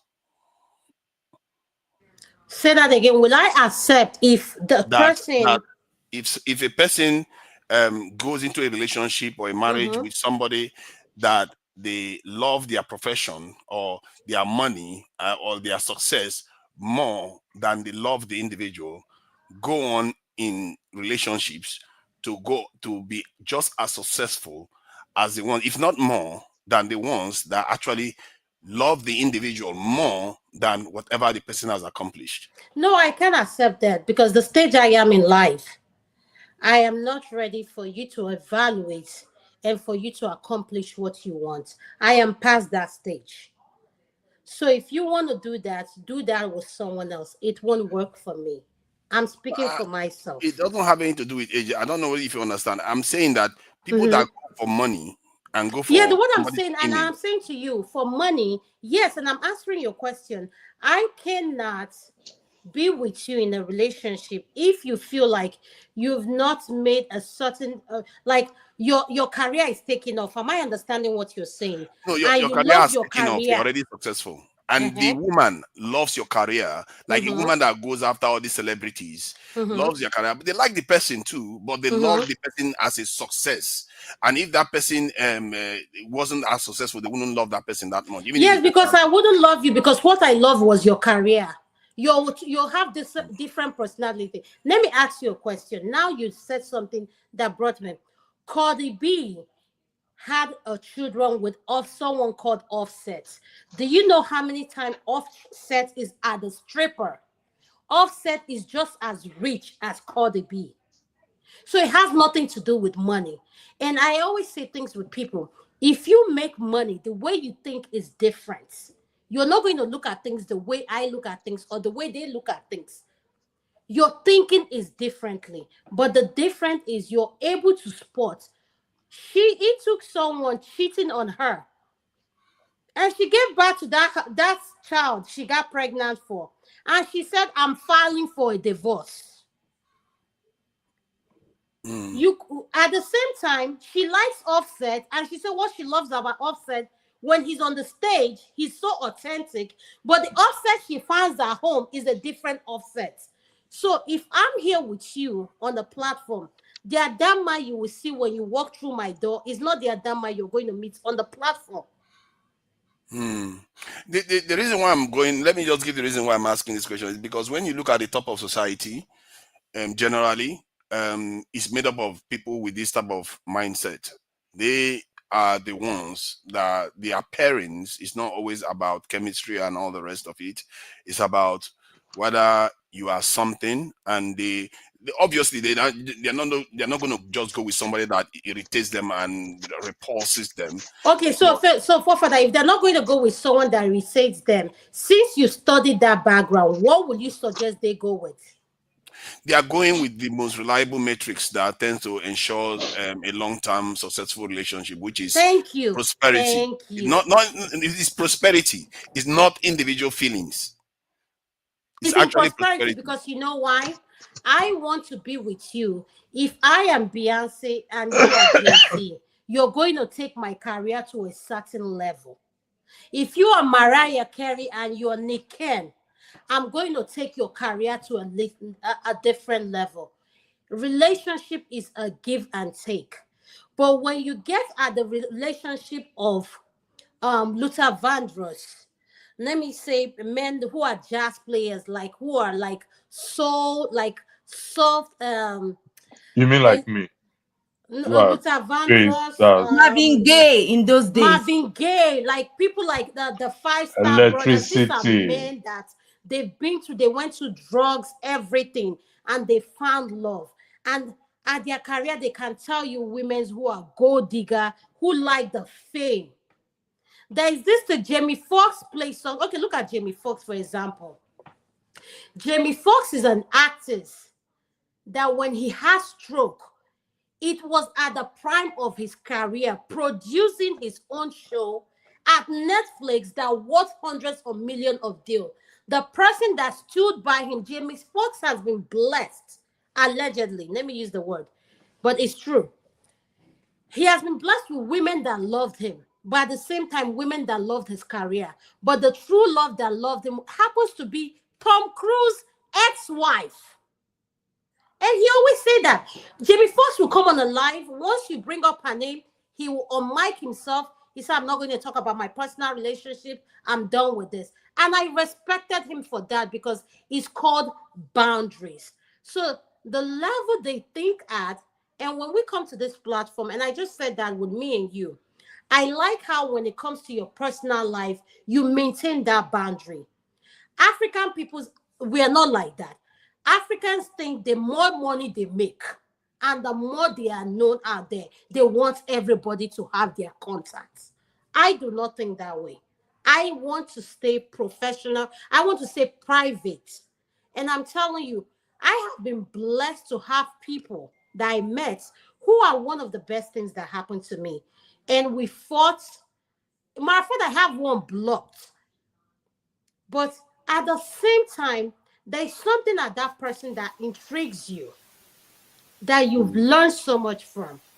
The earlier we start to realize that the people we come across are not what defined us, but our character and what we stand for, the better for all of us. Because money and fame can be taken away from you anytime, any day. But what you stand for, my dad always say, a true man is judged by what do you stand for? At the end of the day, have a mind of your own. Think for yourself. So I hope I answered your question. Electricity, what's your question? Then I'll go to Amy. Let Amy after Amy because he hasn't spoken, so he's been going in and out. So I'll give Okay, him. Amy, go ahead. Thank you so much.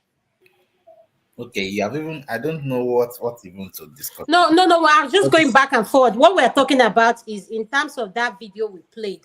The lady marrying someone, and you said she's I said her love is what we called Amy, you know what I called her love, and you just told me on the chat. So that's who we are talking about. Why? Okay, but Amy, I want you, this is our last question. I'll start with you. So I want you to start with this. Should women give 100% of their income since the men, or 50% of their income to the family while they are married? What do you mean to their family? What kind of, is it to a nuclear family or extended family? No, I'm talking about contribute in the household. Oh, okay. You know how a man gets paid, and let's say he makes $3,000 a month. He puts everything in the family. The question now. Yeah. Yes. Go ahead. Why is it that when you come to women will say, "Oh no, now I've not sent Amaka this money." They have excuse for everything why they shouldn't contribute. So go ahead, Amy. Well, that is why they are women anyway. And I think that question, I think there's no formula to that thing, sincerely speaking, in my opinion. I believe it is relative to, it depends on the couple that is involved. Sometimes it might warrant that the woman should also help out. And some other time, the man might be buoyant enough and say, hey, even what you have is still change, and you can go and play with that.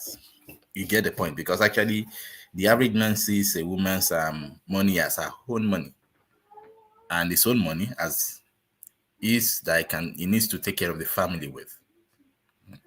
So I don't think there is anything. There is a formula to that. If she should give 100% or 50%, because even in some families, it might be that the woman needs to put down the whole 100%, and that doesn't mean that it is wrong. It could just, it's just time and chance happens to every couple. Let me put it that way. So on that is just my standard. Whatever scenario is played out within in the couple, they should just know how to handle themselves respectfully and appreciate whatever efforts they are both bringing to the table. So I think that settles it. But to the question of the woman, of the lady that left, that's our boyfriend left and got involved with some other person and then married. I think this is where we just need to teach ourselves, especially our children as they're growing up, that they need to self-love themselves. Because self-love, please shut the door. Self-love is vital. Because if you don't love yourself, you'll be manipulated, especially ladies. Because, I felt maybe she wanted validation from the outside. Otherwise, based on that story, I don't think she should have gone into the other person instantly like that. She has not even evaluated herself, her feelings, and just to be sure what she wanted. And I see the gap there, that she just didn't love herself. Her parents didn't let her love herself properly. She wasn't trained to love herself, all these things. And that is just where I have an issue with the story. And in the end, to me, now she's regretting. That is kind of foolish to me, because it is not love that made her make those decisions. It is foolishness, lack of self-love, and all those things put together. So, in my own opinion, I think we need to emphasize self-love to ourselves, to our children, that they should love themselves more, and they should trust themselves. They should be able to even have a relationship with themselves and grow themselves. And from there, they can now give, you should have a whole system that you are trying to give. You should be a plus to other people, not that maybe you are bringing up a burden of yourself to others. That's how you can bless your relationship in marriage. Thank you. Hi. It's okay. Okay, Adaba is not here. So you literally sound like somebody that has been reading some of all these modern metrosexual magazines. That's what he has been reading. Forefather is not what he has been reading. Forefather, okay, I'm on a live show now. I'm proposing something. Forefather, I want a segment with just me and you. And we are going to have it planned where our viewers can, both of us think alike, and something's about to make me mad, but you always cover things. Does anybody think like Forefather? Forefather is like AI. Yes, Forefather, leave him like that. I can understand it. Sometimes I'm the only one that can tell him what he doesn't want to hear. So Forefather, I'm going to conduct. I'm saying this on the live, is on a recording. I'm going to contact Dr. Rudolph. If we can do it before the new year, to bring in the new year, because we are all on a holiday. I am. So I will let you know, so that both of us. So I think our viewers, we will do them a disservice, since we are all moving to Iroko Post come January 1st. That will be our send off. From the women's segment will be Adama. And if Topper is willing to take on the challenge, she can jump on. But it's going to be you. Electricity, I'm offering Uncle KJ, which is my uncle. He's a VIP member. And I want to tell you, Forefather, on the live today, stop harassing my Uncle KJ. I am telling you now, therefore, leave him. KJ is my man now. No, he's an SU uncle. Leave him like that. He's not like you. You are spoiled, you are corrupt. Leave him like that. KJ has secret hatred for Igbo people. I have to flush him out. No, leave him like that. Uncle KJ doesn't bother anybody. This guy did some more Peter Obi. I'm going to contact Rudolph so that we can do that. I think, well, for giving the new year, I think our viewers like to see something like that. So I'll contact you so that we can put up something. And, I know it will be an honor. Me with the goat of the China. Which goat? Are you exactly? I don't know where this good thing come from, and also, also depends on arrangement. I have people here dragging me, so if I'm available, definitely I will. Who is dragging you? You're making yourself acting like you're so available. I beg, please, I know you.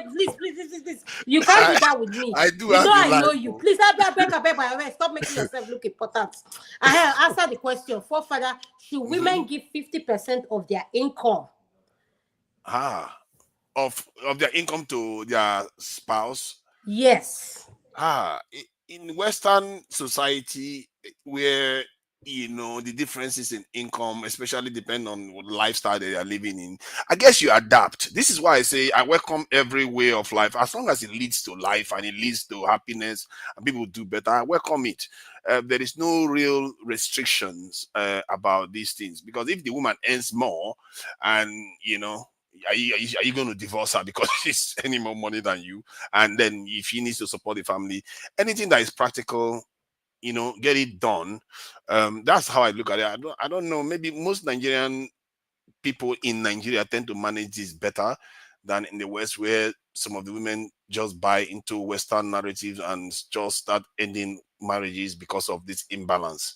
But I think that the man should accept it, and the woman should also be open to it. It's about building, isn't it? That's how I look at it. So, in other words, you're saying it's all about partnership. Know who you're married to. Yes. Thank you. I agree with you. Uncle KJ, what is your final submission? Should women give 50% of their earnings? Of their what?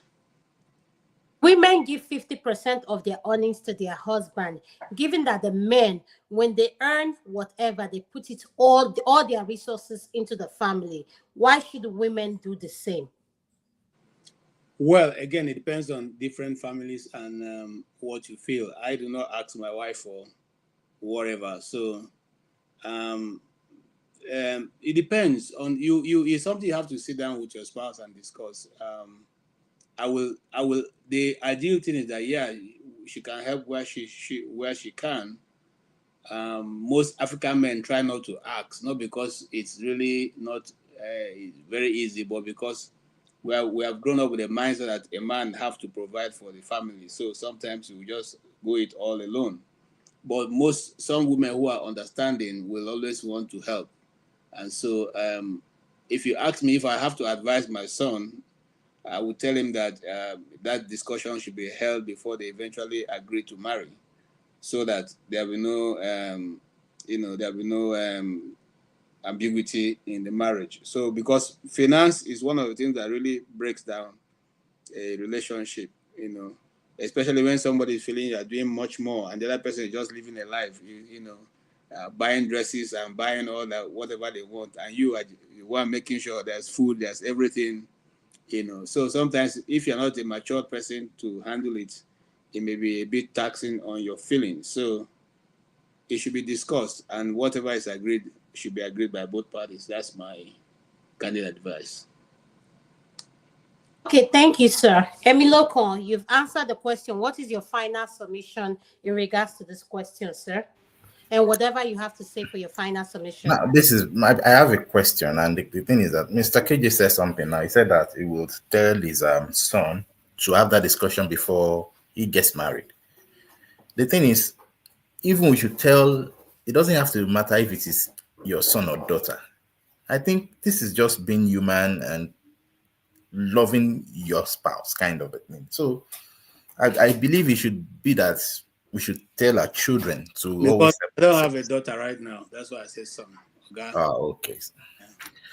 Okay, because so so basically that is just what I think. I believe that it depends on the couple, and I don't think there's anything denigrating in helping yourselves out. Fine, it is a patriarchal system, and men always want to be men, but there will be some times that the women, because you have some good men that earn more than their husbands, for example. So we do say that they shouldn't help out in the family. So I think it depends on the scenario, and let them, with wisdom, make their decisions such that they respect themselves and they love themselves the more. That is it. Thank you.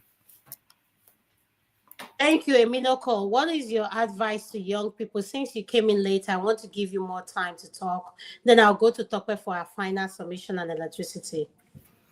Yeah, when you mean what is my advice to the young people? Since we are talking about love and you're someone that believes on money, so give them the advice as someone who live in that environment and know what the society expects from our Black men, to be specific. Thank you, sir. Well, we should, as a young person, I would say pursue your dreams first. Pursue your dreams. Try to make yourself as free as possible of the system. And along the way, open your eyes to find love. Find love indeed. Because as at that time, as you are growing, then it should be you that the person is going to really love and not what you have. So try to make that work. But the thing is that If you want to love, love. Love from your heart, but use your common sense to love. Love doesn't mean you shouldn't think. Love doesn't mean that you shouldn't ask questions from people you value their advice or who are wiser than you in that in life. So use this to navigate the journey so that you don't find yourself in a mess or in a mess that you can't even recover from eventually. So I think that's just going to be my advice. Grow, find love, work with advice, use the third eye to see again, use the fourth eye or the fifth eye to even see, ask questions, and eventually things will work out well. That's just it. Thank you. Thank you so much, Amy. And I love what you said. Love and love with common sense. Empower yourself first before empowering someone else. Are you guys hearing it? Empower yourself first before empowering someone else. Amy just said it, not Adama. Tope, what is your final submission for the night, ma'am? My final submission will be to everyone: take care of yourself, think of yourself first. Do not allow your emotions becloud your judgments. I still stand my ground on the issue of love. I believe in love, but again, I believe you have to use your sense when it comes to matters of the heart. People tend to become so emotional and end up not making sense and become foolish. Do whatever works for you. There's no right or wrong answer. I've learned to believe that. And just be happy. Thank you all for joining us. See you soon. Thank you so much, Tope. Electricity, you are next. What is your final submission, sir? Thank you, man. Listen, uh, even though this topic is hundreds and thousands of people hopefully will listen to it, will pick it's educational. The matter of love, we all will define it ourselves. I posted something there, a song most of us are familiar with. If you want to be my lover, you have to first of all be my friend. Uh, Who sang that song, Electricity? I remember. Is a I Nigerian have song, I right? have no clue. No, no, no. The No, artist's name is I've heard that line from a yes, Nigerian. a song. I can't remember the person's name. So I just know that it's a song. So one time sitting to YouTube and you find it. So the reason why friendship, let me say this, the reason why friendship matters a lot is, which I have explained before, money,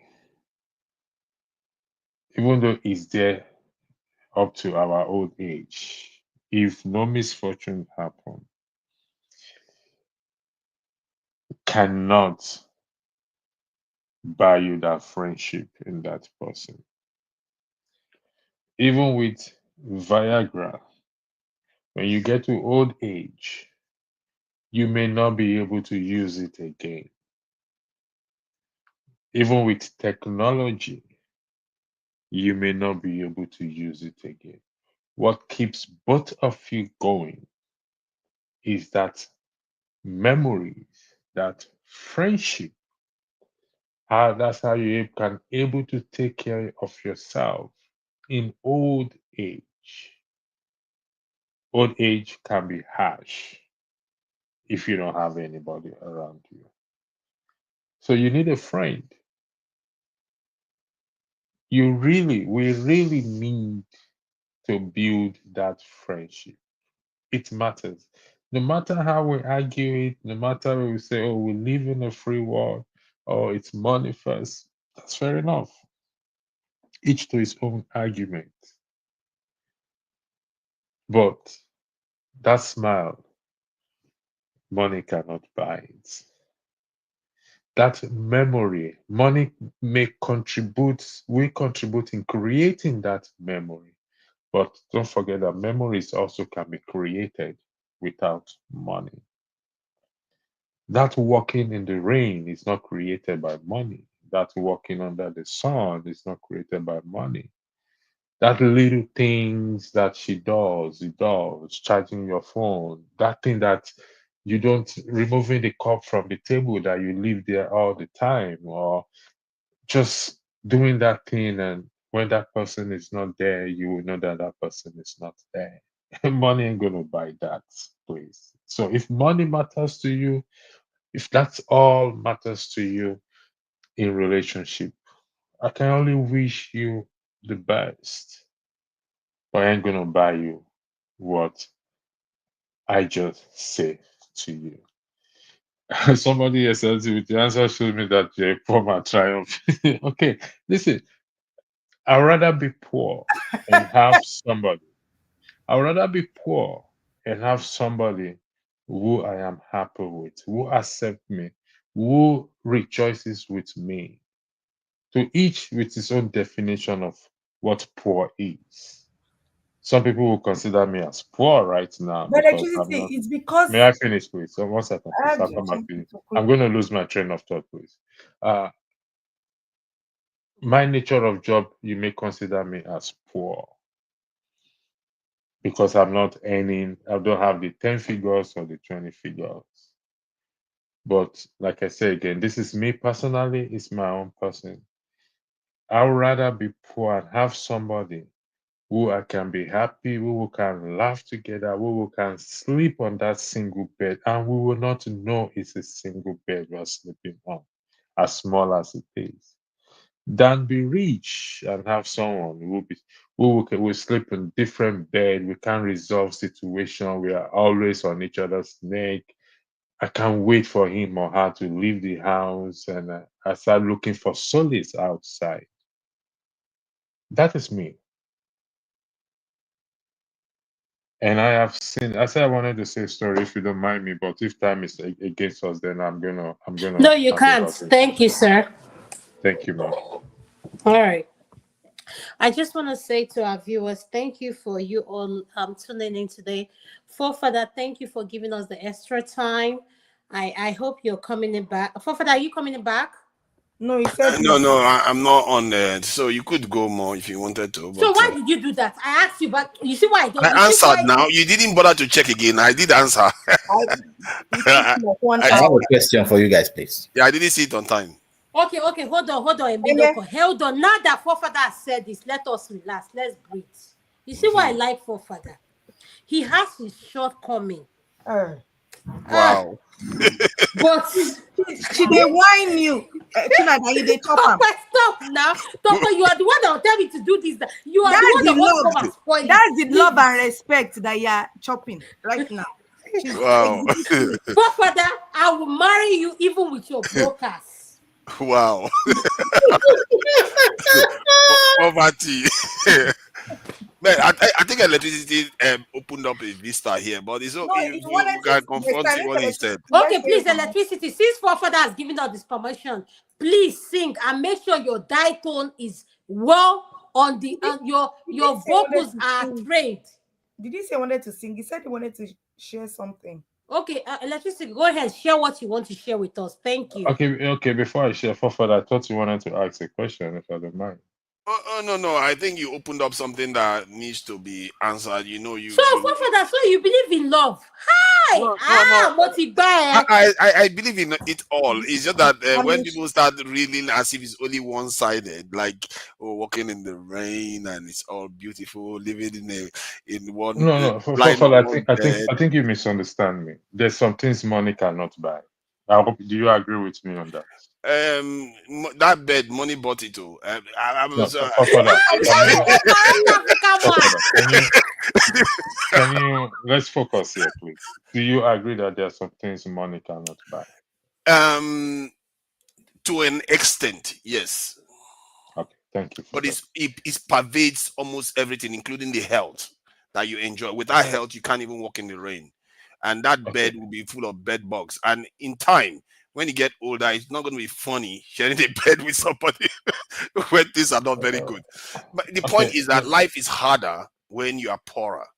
Better to I am be not in. advocating. Listen, I think you're getting me wrong. I am not advocating for poor mentality or poor. No, I am not advocating that.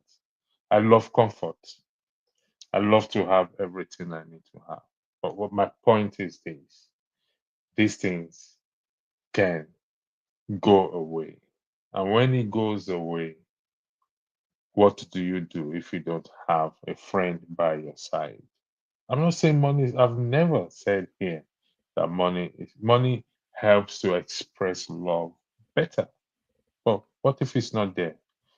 Will you not express that love? Will you You not know, go the man? you said friend. That is a Yeah. key term you use there. That has nothing to necessarily to do with love. That in terms of the kind of relationship kind of love, which means even when you have arranged relationships or relations that are based on other balance of other characteristics, you can still have friendship. And I agree with you on that point, because in other words, you have somebody you can confide in, and that's the whole point of relationships. You don't just go into a relationship where both sides are looking at each other as enemies. That's not how it works. You still have to have ways of communication. You still have to have a level of loyalty. Loyalty, you can't dispense with loyalty when it comes to relationships. So I agree with you on that point. But when I think you are kind of mixing it with love, and that is what maybe I thought I was applying to. Okay. Thank you very much. Let me tell you a story. She's late now, so a girlfriend I had once, and I just finished whatever I need to do. So I was walking somewhere with my senior brother and his friends, and there's this girl the across the fence, and honestly, everyone I've tried to date her, and I was a new guy around the block there. I had nothing. I just finished my training, and I asked myself, since I'm the new guy around the block, I write stories about. I had nothing. I've been honest with you. I'm just living in the one room with a. I said, okay, what do I have? That's the first question we should always ask ourselves. What do I have to give this person? Not what I can go and get from somebody else to give this person. So I'm not a good cook, but I did my small cooking, and I took it to where she was working. I made this food for you. And she was surprised. So you made this food for me and you came all the way that you're not supposed to be at work. I said, don't worry. It's my brother's place, so I'm not an employee. I just went there. I go there because I don't have a job yet. So, and that is how I did it on a couple of occasions. And that is how I we were able to. She said yes to me. And everybody was wondering, how did you do it? I said it's because it's what I have. I got a good job afterwards. I started working on the rig and I did my very best for her.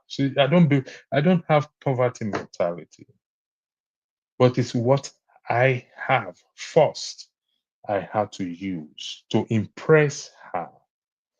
So if you say you have to be rich or it's all about good for you, it works well for you. It doesn't work well with me like that. That is me personally. It's what I have. So triumph. Yes, I once lived in Ajegule. That's true. I lived there before. So let's just be realistic here. I think to me, we are focusing more on the material aspect, which is good, and not on the real meat of the matter.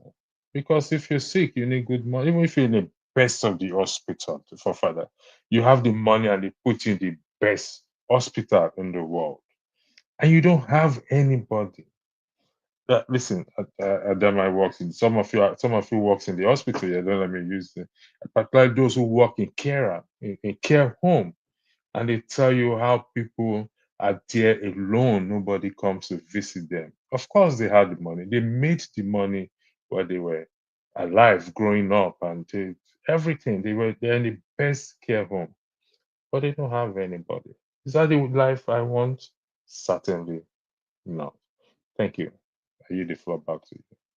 You know, Thank you. Is that ca- for ca- further ca- wait? Is that the personal story you wanted to tell? Tokwe was trying to remind me.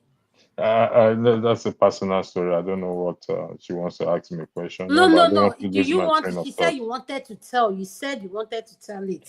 So Oh yeah, before I yeah. go to forefather, Oh yeah, forefather yeah, has yeah, given yeah. us time now. Let's enjoy it. We're on a festive mood. All my gifts are wrapped. Now I didn't buy any gift though. My children are grown. They know their mom don't. No, no.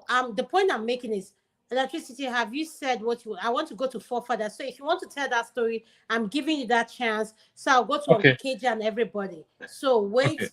Okay, tonight I'm going to you, sir. okay. Okay. If he's not telling the story, No, no. um, Listen, I have to still. You continue. It's. Let's be fair. Let it go around since we have the whole time, for the night. So we can okay. keep going around and around. So. Yeah. You know, regarding those people that are in homes where there's nobody visiting them, they tend to be products of this world that believes in love. And what tends to happen is that, No, no, no, no. But which word believe in love and define that word love you're talking about? You know, yeah, people. this one true love at first sight kind of So what people. is wrong with it? Yes, love at first sight, and what happened to it? The problem with that is that it's not. You see, that is exactly the point I've been trying to make all day. It's not as solid as people like to believe. It tends to fail in time, and hence you see the large amount of high percentage of divorces going on today. Most relationships that people go into today is based on that definition and that criteria that they want to have this To butterfly. Niger, please, when you're saying that, give me the percentage of men Exactly. and That is what women. I want. Let's Yeah, be I want to. realistic now. Let's be How many realistic. Yeah. percentage of women go into relationship with African men? These are African women. African women are not. We are talking about African women. Go into this fake love. Their love. You know. Let me go with your narrative, and I agree with what you said. I said African women. If you meet them today anywhere, they say, oh, money. You know, they'll make up something. You know, they'll make up one story. It's all about money. And you ask them, what do you want? Respect me. Respect me. I will love you. I'll do everything. Is respect. Mm. Then I start asking myself, was your respect stripped from you at your birth when you were giving birth to? And when I see men like Uncle KJ, Uncle Pansat, who display, and Chim is my brother. He's listening. Chim listen or he support us. But the problem I have with Chim, I will challenge him any day. Me and him don't sit eye to eye. Chim will come, he'll be smiling. It depends on his mood. He'll be smiling. And I'll tell him what he doesn't want to hear. He'll get mad at me. But one thing I want to say is, these are men that I respect. It has nothing to do with, oh, they're from Umar here. Chim will speak to me, no matter how mad he is, he's mad with me and Uncle KJ, and including you, forefather, electricity. You guys will speak to me with respect. And Eminoko, Amy is one guy I need to give a shout out to. And I'm telling our viewer, you don't know, Amy joins us from Nigeria, wherever. He believes on this platform, and we need to give a shout out to him. He will come no matter what platform. Leave him. Yes, Eminoko is the best. He will shout at me and talk, and he will ask, the next person will ask, where is Two Niger? I say, me and Two Niger. Show me where Babamla, but he said, Adama, why are you like this? So the matter of the reason why I differ in the way he's approaching it is because if you look at those relationships, like, okay, let's put it in the context of the Nigerian family. Okay, even yes. if they are not getting into this relationship based on your typical marriage, this is love and all that, but they tend to show more loyalty over time. Let's say Okay, the tragedy in to the Nigeria, family. who are showing that loyalty? African American women or Nigerian women? Nigerian women show more loyalty in Nigeria than African women show to their partners in America. Okay, to So Nigeria, I want you to stay on that. Now, let's go to the Nigerian setting. You've been to Nigeria. The last time I went to Nigeria was 2 years ago. And what I saw is it has to do with money. I've not gone recently, and you have been recently than I do. So give me your evaluation of the youth you've been around. Are they youth that believe in love or money? they believe more in, I would say, money, clearly. Thank you. Yes, and they even say that openly. And the thing about the Nigerian youth, they don't hide it. They say it, and they are more straightforward about it. They'll tell you, as long as you take care of me, I'm fine. You can do other things. They will have a clear. So tonight, that's what is confusing me. Why would someone love you tell me you can do whatever you want as long as you take care of me? And you know what my brother made me understand? He said is the level of poverty and how they think, the mentality. But that same thing that they are saying now, that we are looking at it as if it's a sacrifice on their part, is something that has been the norm historically. You see, we are looking at it like, because they told the man you can do whatever you like, that is a big sacrifice now, based on the the paradigm now.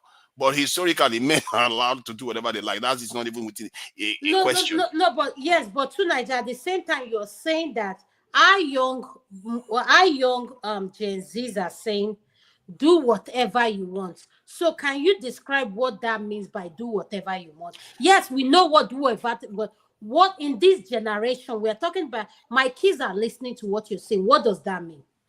What that means is that they are being truthful. They don't want to be deceitful in that relationship.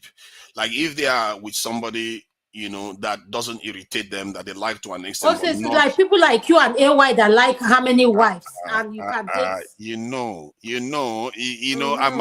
I support certain things, but I think they are trying to be truthful, and I think a lot of people admire that in Nigerians. To be fair, in a relationship, if you look at Nigerian men, some of the things most women talk about us is that we tend to be straight. We'll tell you, you want money, I'll give you money, but there's a catch.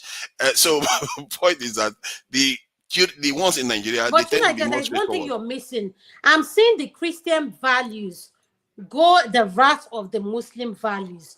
And I asked my brothers, I asked two of my brothers, who are people who are religions. He said, religion plays a value. Will you say that our men are playing on the mentality of religion and the social environment? Can I say something? Why they are doing that? Can I say something? Is it Yes, a go ahead. free flow discussion? I think truthful relationship is good. And the Nigerian people are being truthful, and they also show loyalty, even if it is based on money. And that's what I'm trying to get to, that even if it's based on money, they tend to even show more loyalty than the ones that are normally based on love. Father, are you talking about the same Nigeria that I know? Yes, Uncle KJ, it's now your turn, sir. This is the same Nigeria that we know. The one that you know. This same Nigeria where people who have 5 children, out of the 5, 4 are not their children, not the husband's children. God bless you, Uncle KJ. Oh, God bless you, Uncle KJ. This is the same Nigeria I'm talking about. Yeah, it's the same Nigeria. People are truthful and they're straightforward, and they tell you do what you want, whatever you want, because they're going to do whatever they want. Yeah, but the same thing is true on the West. I don't know why you think that the same thing is happening in the West. No, we are not comparing with the West now. We're simply saying that the analogy I'm implying, it doesn't stand with the data that's available in Nigeria when it has to do with out of wedlock relationship that gone up to the point of producing 5 children out of 7. In fact, there's a man who had 7 children out of the 7, there's none that belong to him. So what are we saying here? And you see, Nigeria is very high on that. But we see, I like to still say it again. The question, the real reason why people marry, there is love. And don't get me wrong, I'm not saying there's no love. You love, but you see, when the relationship between you and the one you love so much continues, after a while, you will no longer see the love. What you see is the character of the woman. And what the woman sees is your ability to protect and provide. Maybe it's no longer going to be the love, the butterfly that was flying your stomach. The butterflies have all flown away. Now there's nothing in it. Okay? If it's the honey have been taken from the moon. The moon is now bare, naked. So it is now the commitment. Commitment, I still repeat it again. Commitment that keeps both of you going. You are committed to one another, irrespective of whatever is out there. And then when I say respect, it's not just Adama, you have brought it to, to primary level. It's not just that respect of saying you are looking for somebody to keep saying, sir, yes, sir, kneel down. No. But there's a level of service you give to the man that gives him that honor that you think that you are giving him respect. The Bible says the woman should love the husband as you are serving Christ, because the man is the head of Christ in you. Christ is God is the head of Christ. Christ is the head of man. Why man? You should serve man or love man as Christ, as you loved Christ.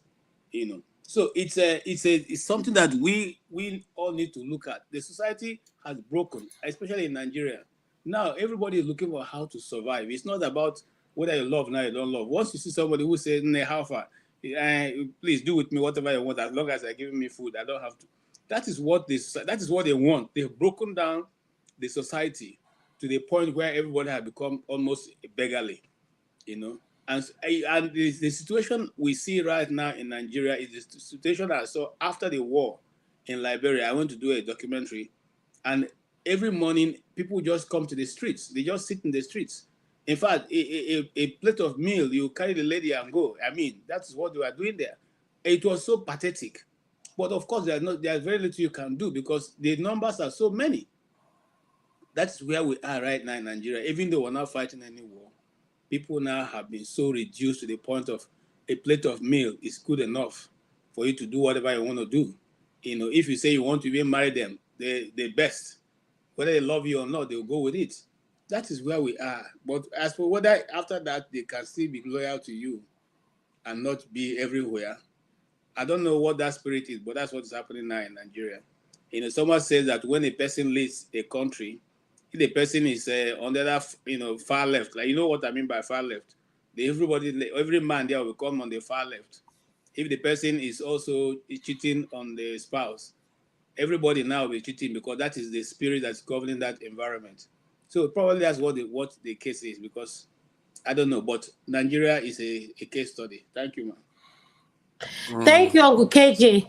Electricity, what do you have to say with what Uncle KJ said? Yeah, AJ,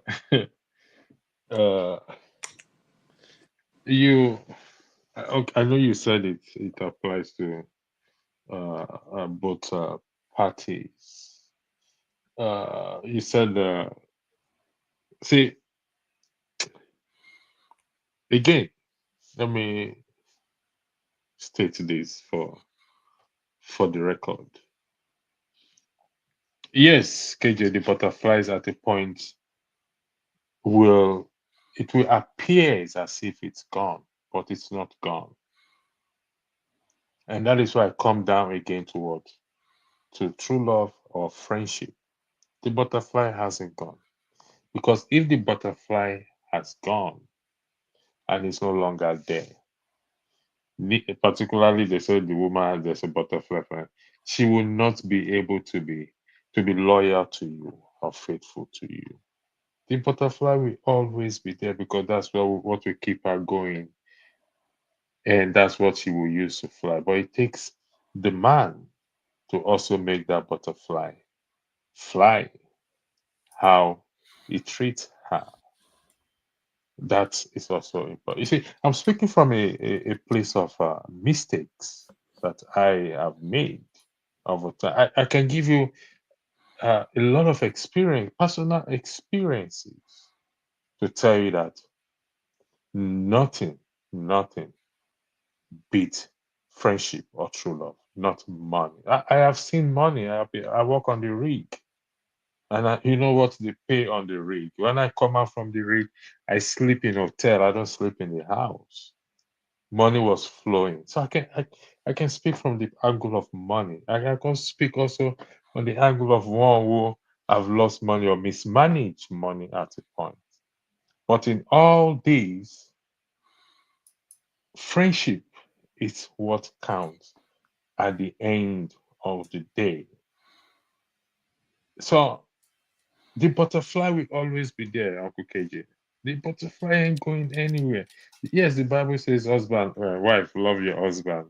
I mean, honor your husband. No, love is from both sides, not just from one side. Respect is reciprocal. Yes, men want to be respected. Also, they also need to respect. We need to respect the women in return. And what is respect? Not until recently, it means being accountability, transparent, honesty, openness. That is respect. And so if I respect you, then I have to be accountable. I have to be held accountable. I have to be honest with you. Yes, the situation in Nigeria now, everything is tied to money. Everything is tied to money. There's nothing like love. Once you can give them food, put food on their table. In fact, their mother will say, I better take my daughter. Just take her, don't worry. Go stay with. I've seen it happen. To you, you are their savior. That's poverty. That's not love. Some along the way get to fall in love with the man. They get to fall in love together. But take this thing home, please. If you don't believe me, take it home. Go ask people. Go ask like what them I highlighted Cardi B here who has money and the guy still cheated on him or what. It's not about it. It's about what? Can I argue with this person and we resolve this argument together? Will that butterfly still be there if he or she is down? Because that butterfly is what keeps them going. Nothing else again keeps you going. It is that butterfly that keeps one going. And that is my argument. Okay, Is it a butterfly that kept you in a job? Come again? Is it a butterfly that kept you working in a job? Listen, is it butterfly that I'm just no, saying. it's a good Father, why question. are you like this? No, it's a good question. Father, why are you? No, Hold on. Hold on. I'm the moderator, It's a so good let question. everybody It's a hold fair it. question. No, it's a good question. It's a good question he asked. So, what is your question, Father?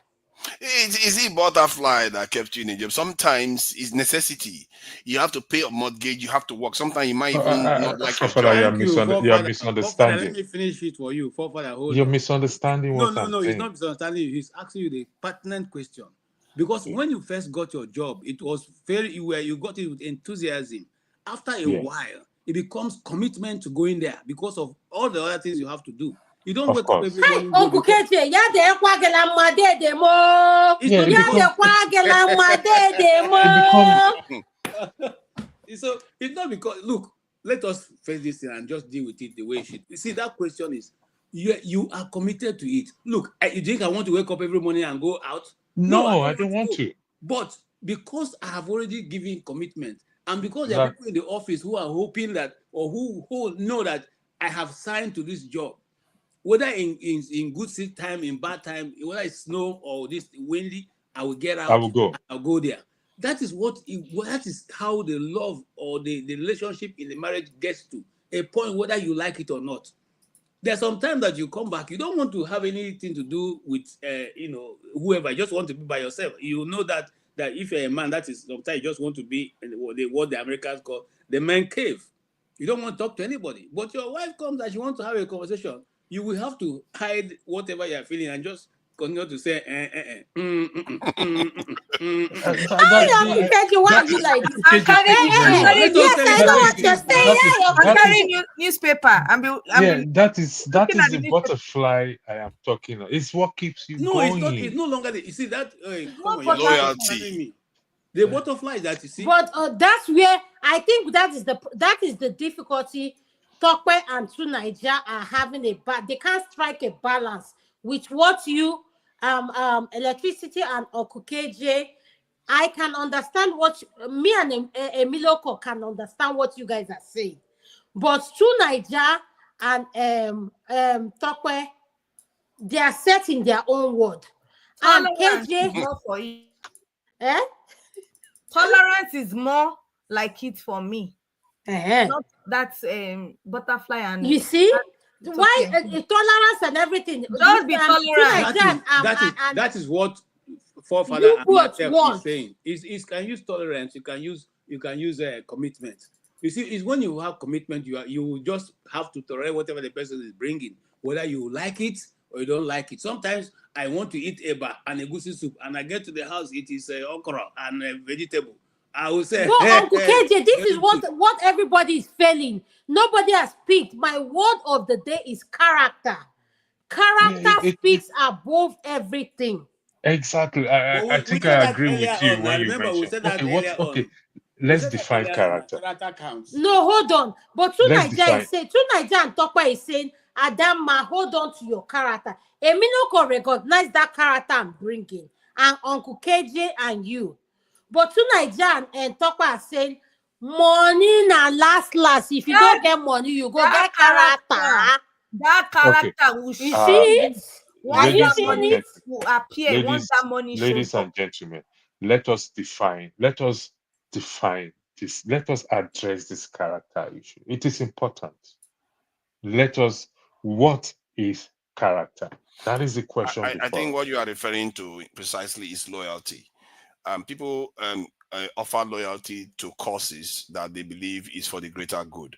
Like if a partner comes back and doesn't care for conversation, but they tolerate it because they know it's for the greater good. If they decide to just say, no, I can't care for you, I don't care, don't talk to me, there will be consequences. And that's why people die for nations, because of loyalty, because they believe it's for the greater good. And relationships are like that too. At points, it's not about that butterfly. It's for the greater good. That's why somebody has to, toe the line. It's for the butterfly. Why would they want to listen to you? That time they are not feeling butterfly at all. They're just bearing it and being nice to you because even friendships offer the same thing. Okay, are you feeling butterfly for your friend when you are listening to the friend's problems? Because you understand loyalty matters. That's the difference. Thank you, Father. I agree with. I did a video recently about loyalty. I can pull it up and we can play it about 3-minute video, but not for now. No, but what did Niger just say? He said something about what? He said loyalty. Okay, hold on. Every one of us here know what the meaning of loyalty is. So, can you have a loyalty with a friend? Loyalty starts from your inner circle. Loyalty starts from your children, the people you trust. So, to Niger, what is loyalty to you? Loyalty is the ability to be a kind of loyal to somebody or truthful to somebody or dedicated to somebody, even when it's not based on love or feelings. It's based on your belief in them for whatever reason. It could be their idea or their career or that person. You like that person for not any kind of irrational or butterfly feelings. It's based on a choice. So that you're speaking from your dirty side, and I appreciate it. Uncle KJ, what is loyalty to you?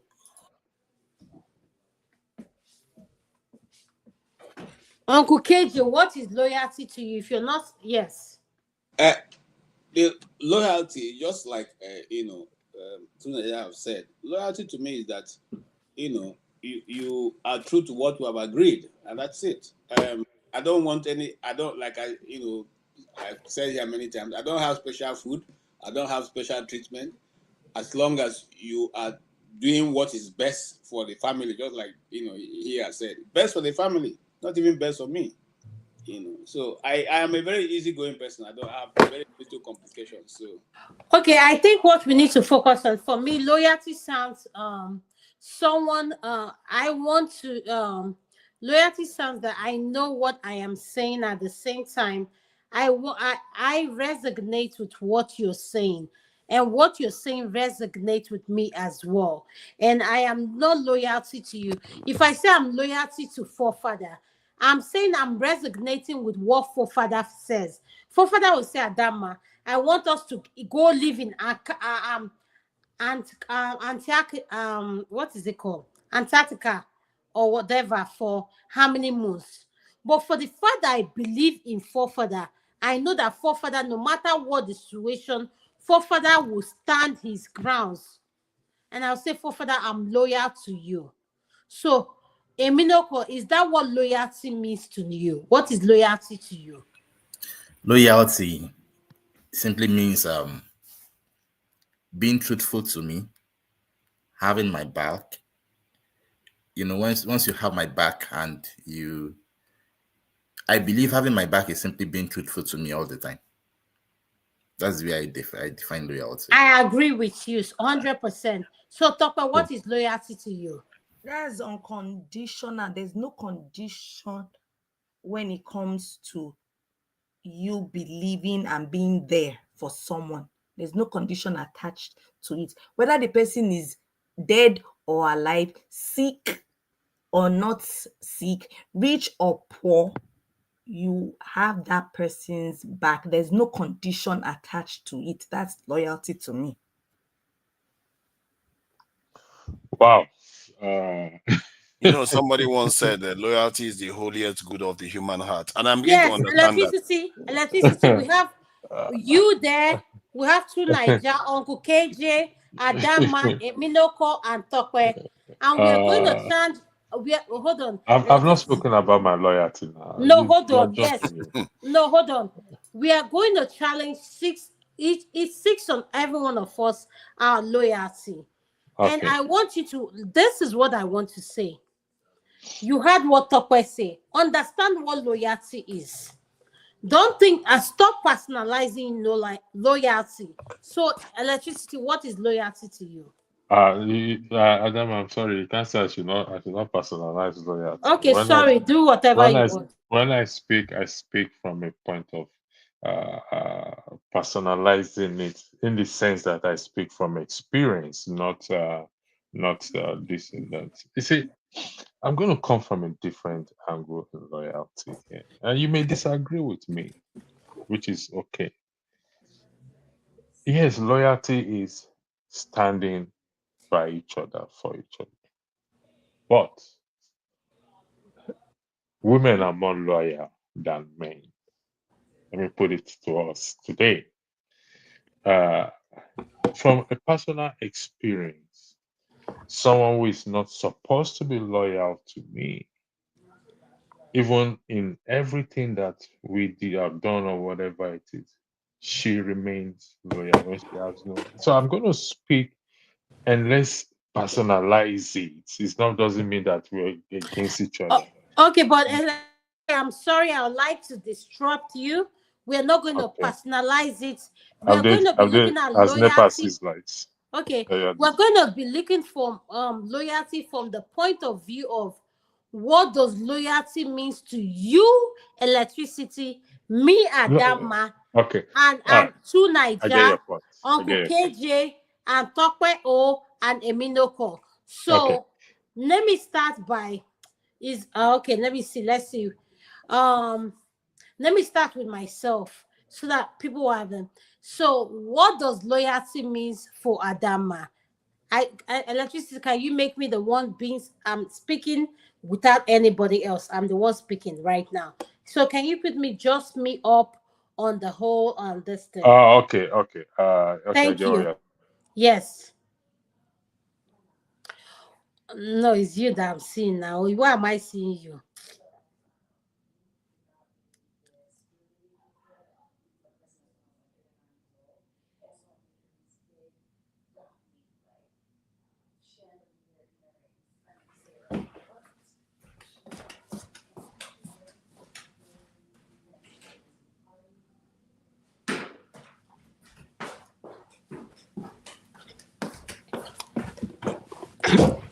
Electricity. Is that my face you're sharing? That's you say everybody electricity. Just put Adama. I'll talk on my own. Can I have Adama, hold Adama? on. I'm trying my best. Oh, come on. What is wrong with this thing, For man? us now out now. How can I talk with me and each of us can talk on our own Yeah. without anybody on the background? For that, this way I need your help. Please help us. Fofada, are you there? Yeah, I'm here. Yeah, Yeah. please help us. I want I each need of a us to single. talk while we are all on our background with nobody else in it. Yeah. I'm the one Okay. going first. Okay, you want to go? You want to First. everybody go to the background? Yes, I want No. to be first, and I'm Oh, the you want only to one go to the showing on the background? background. Okay, if you want to go to the background, that's okay. But I don't think one should go Yeah, to the just background. show me and take out electricity out of it. Thank you. Okay, here, yeah, this is Adama. This is what loyalty means to me. I want people who are for real, people who know what the definition of loyalty is. Love me for who I am. I'm not what I am. Stand with me even when I disagree with what you are standing for. But the fact that you believe in me and you have that loyalty in me and I believe in you, we both can create something that makes sense to us. That is what loyalty means to me, Adama. Thank you.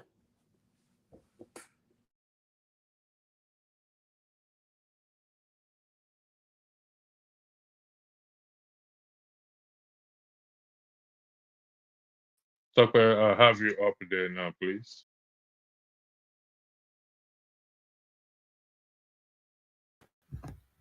Hey everyone. Okay, So I'd said I'm still standing on my prior views on loyalty.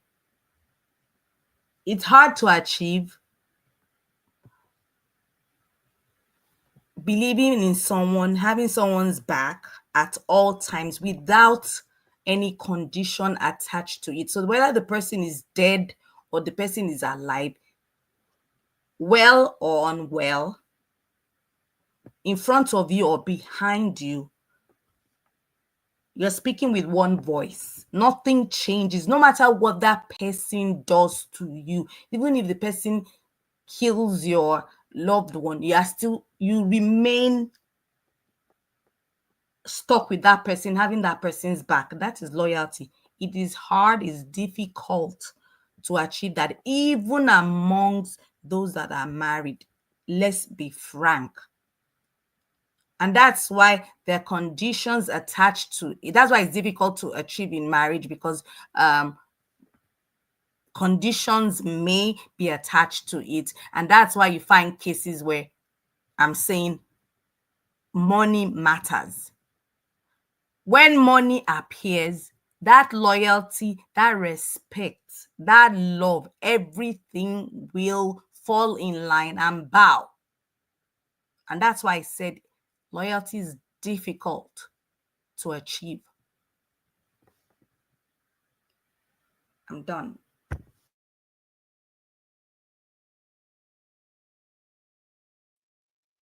Fofada, the floor is yours. Thank you. Someone once said, loyalty is the holiest good of the human heart. And I think there is some truth to that, especially how it affects society, because it is basically the commitment to somebody, dedication, consistency, feeling of loyalty to somebody that leads to stable relationships over time. And compared to the feeling of love, it can come and go, and it rises and falls, but loyalty remains the same.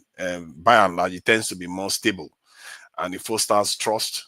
And like Topeo said, if loyalty is there, when money comes, is there. When it goes, is there. It remains stable, because whatever leads to that loyalty being given tends to remain longer than the individual feelings of love, because love can change very quickly. If you find your partner cheating, boom, it just changes. But loyalty doesn't change like that. It tends to be unwavering, by and large, in the way he approaches it. It's more general. It applies to so many other areas.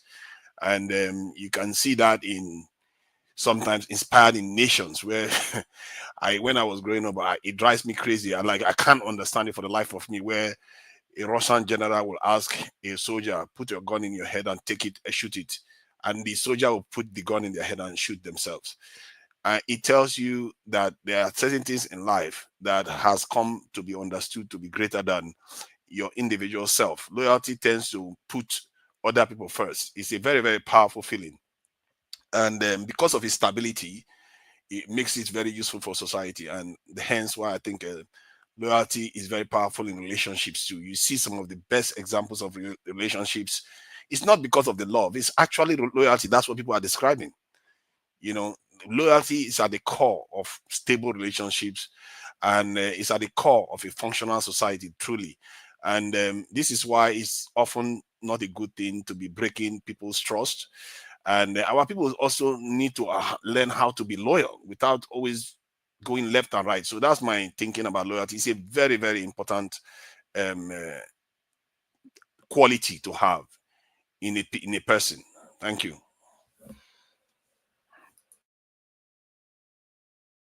Yeah, I got KJ. Are you there? Yeah, The floor is yours, please. Thank you. thank you. Yeah, mine will be very short. And like I'll toe the line of Tokwe, loyalty is good, but it's difficult to achieve. Loyalty is being there in good times and in bad times. Loyalty is standing even when there's nothing to stand for. It's a commitment that you have made to be loyal. Now, the only way you can achieve loyalty is learned.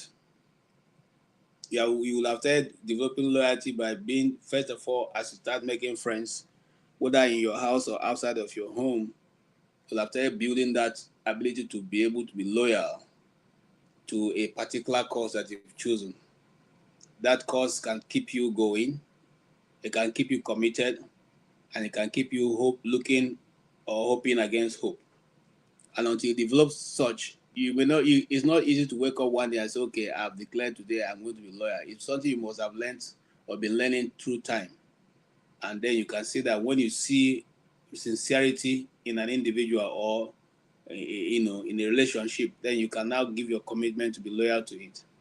But sometimes the currency of loyalty is your ability to see that the other person is sincere in approach. If that you can see that currency, it gives you the stability to say, okay, I'll go along with this and also give my commitment. But without seeing that the individual that you are dealing with shows that sincerity of purpose, to develop loyalty may be a difficult thing to do. I rest my case.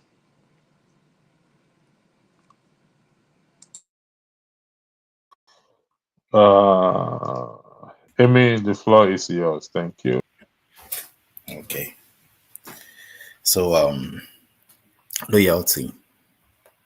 Well, I think I said it earlier that loyalty is simply you having my back and being truthful to me, because that is my own personal belief that have my back and be truthful to me. But I don't know why I don't see it as I'm trying to agree with you why we should demand loyalty.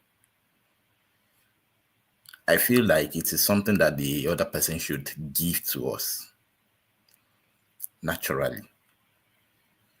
And I know that comes with that person, because I feel as there's a quote that Tunanja just used that it's like is the best gift of the heart, right? If I'm right, Tunanja. If you look at that, that shows that it is like the deepest part of somebody, and that person is giving it to you. So I think before I can give that, then you must have passed the test. Or before I should even think of you being loyal to me, I should have proved my worth that yes, I am worthy of that loyalty. So I think we should flip it the other way around. Rather than expecting it, we should look at what can we do to get it, to be worthy of it. So that is just what I would try to say there. But basically, my own definition is having my back and being truthful to me. Thank you.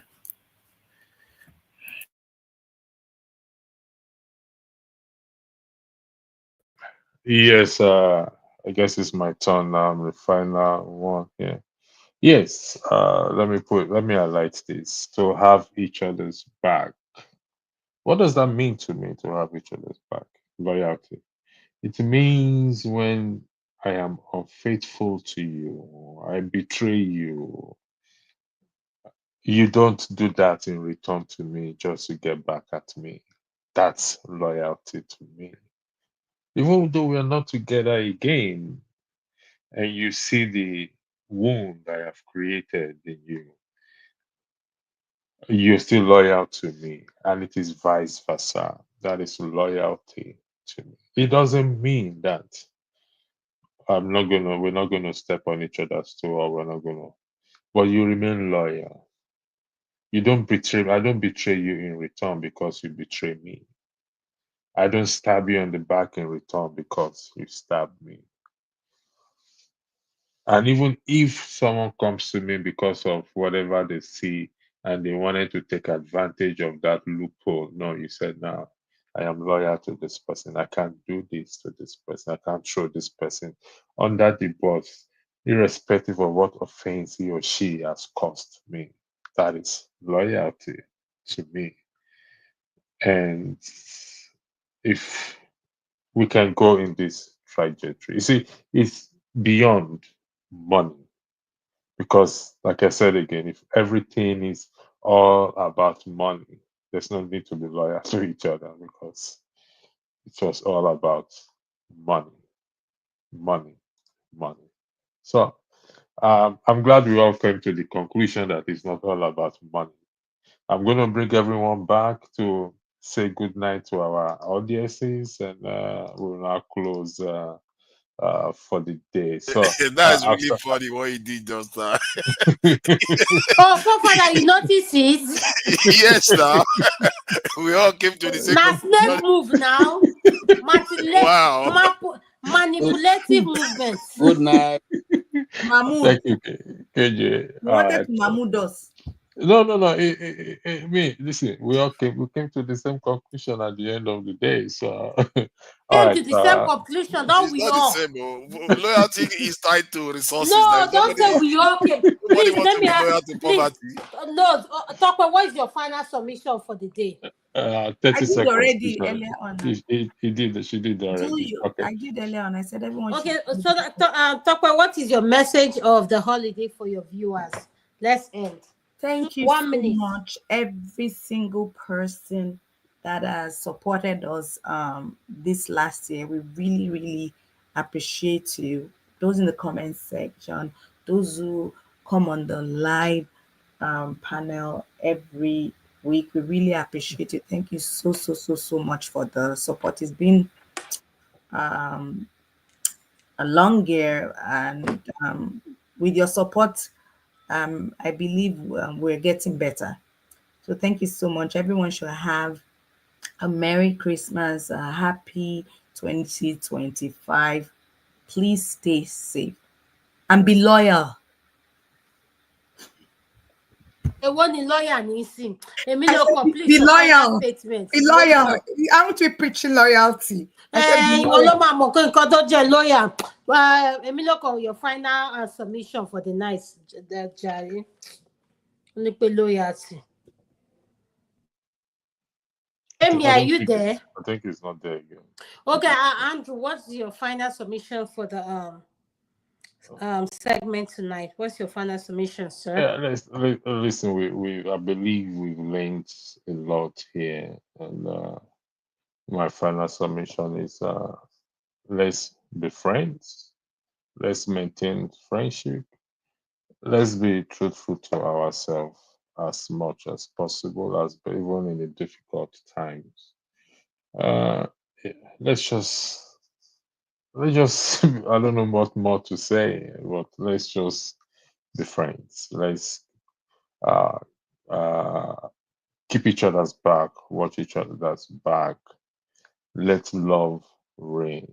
Love the person regardless of what they have or what they don't have. Work hard. Be a hardworking person. Money is just a tool. Money is just a tool. Money is just a tool. Thank you. Okay, so Niger, what's your final submission? Yeah, thank you, thank you, thank you. You know, something KJ said earlier on about paternity fraud. It turns out that in the UK, some parts of the UK, they had up to 30-something% too. It looks like women have been busy everywhere, but it's all right. Point is, the issue of loyalty is quite important, not necessarily about the topic itself, because it looks like that's where many of us has, there is a movement in that direction. I would say, find something to be loyal to that is for the benefit of your people, the country, and families and everything, because that tends to inspire stability and it also gives you something back in return, because the other person cannot predict your behavior too. You see what I mean? So it fosters people working together better. And in terms of message to our people, I would say they should, hope that they all have a fruitful and enjoyable Christmas. They should enjoy it, for all life has got. It's the only experiment we know. And when it's over, you can't do it anymore. You should value life, and you should hold your head up and never think that you are any less than anyone else. Question everything, and make sure people earn your trust. You should not just follow people based on any idea that is not clear in your mind. Because the last thing you want to do is spend years doing something and find out that you didn't clarify one simple point. Clear it, challenge anything, break barriers. Don't fear when it comes to knocking any door down. Do things that nobody else has done before. That's my advice to our people. We have to be fearless in this world, and it's time for us to truly become that way. Thank you. Sunaija, you see, when you talk like this, you talk like a president. I will always honor you regardless of the position. Doctor, what is your final segment? She has spoke. She said she's telling her last segment. Okay, electricity, what is your final? Listen, the invitation you put out, thanks in terms of you and Tunaja having a segment. I'm going to take a rain check on that. Merry Christmas. Well, I don't know if Topper will be interested to join your bromance. Topper, no. Topper, do you want to be part of our bromance? I'll take. I will figure it out. I want to figure it with Tunaija. It's probably going to happen after. Okay, can we go backstage for this, please? Yes, let's go backstage. Yes. Thank you. Right, okay, let me say my final this thing to all our viewers. You still have final thing to say. Lord have mercy. Go ahead. Yeah. I just want to wish our viewers a Merry Christmas. Thank you for taking our time out of your busy schedule to listen to us. We all love you. So, and I hope you guys have been ready for an amazing Christmas. And we just want to say, stay tuned, tune in, and thank you for. All right. Network. Thank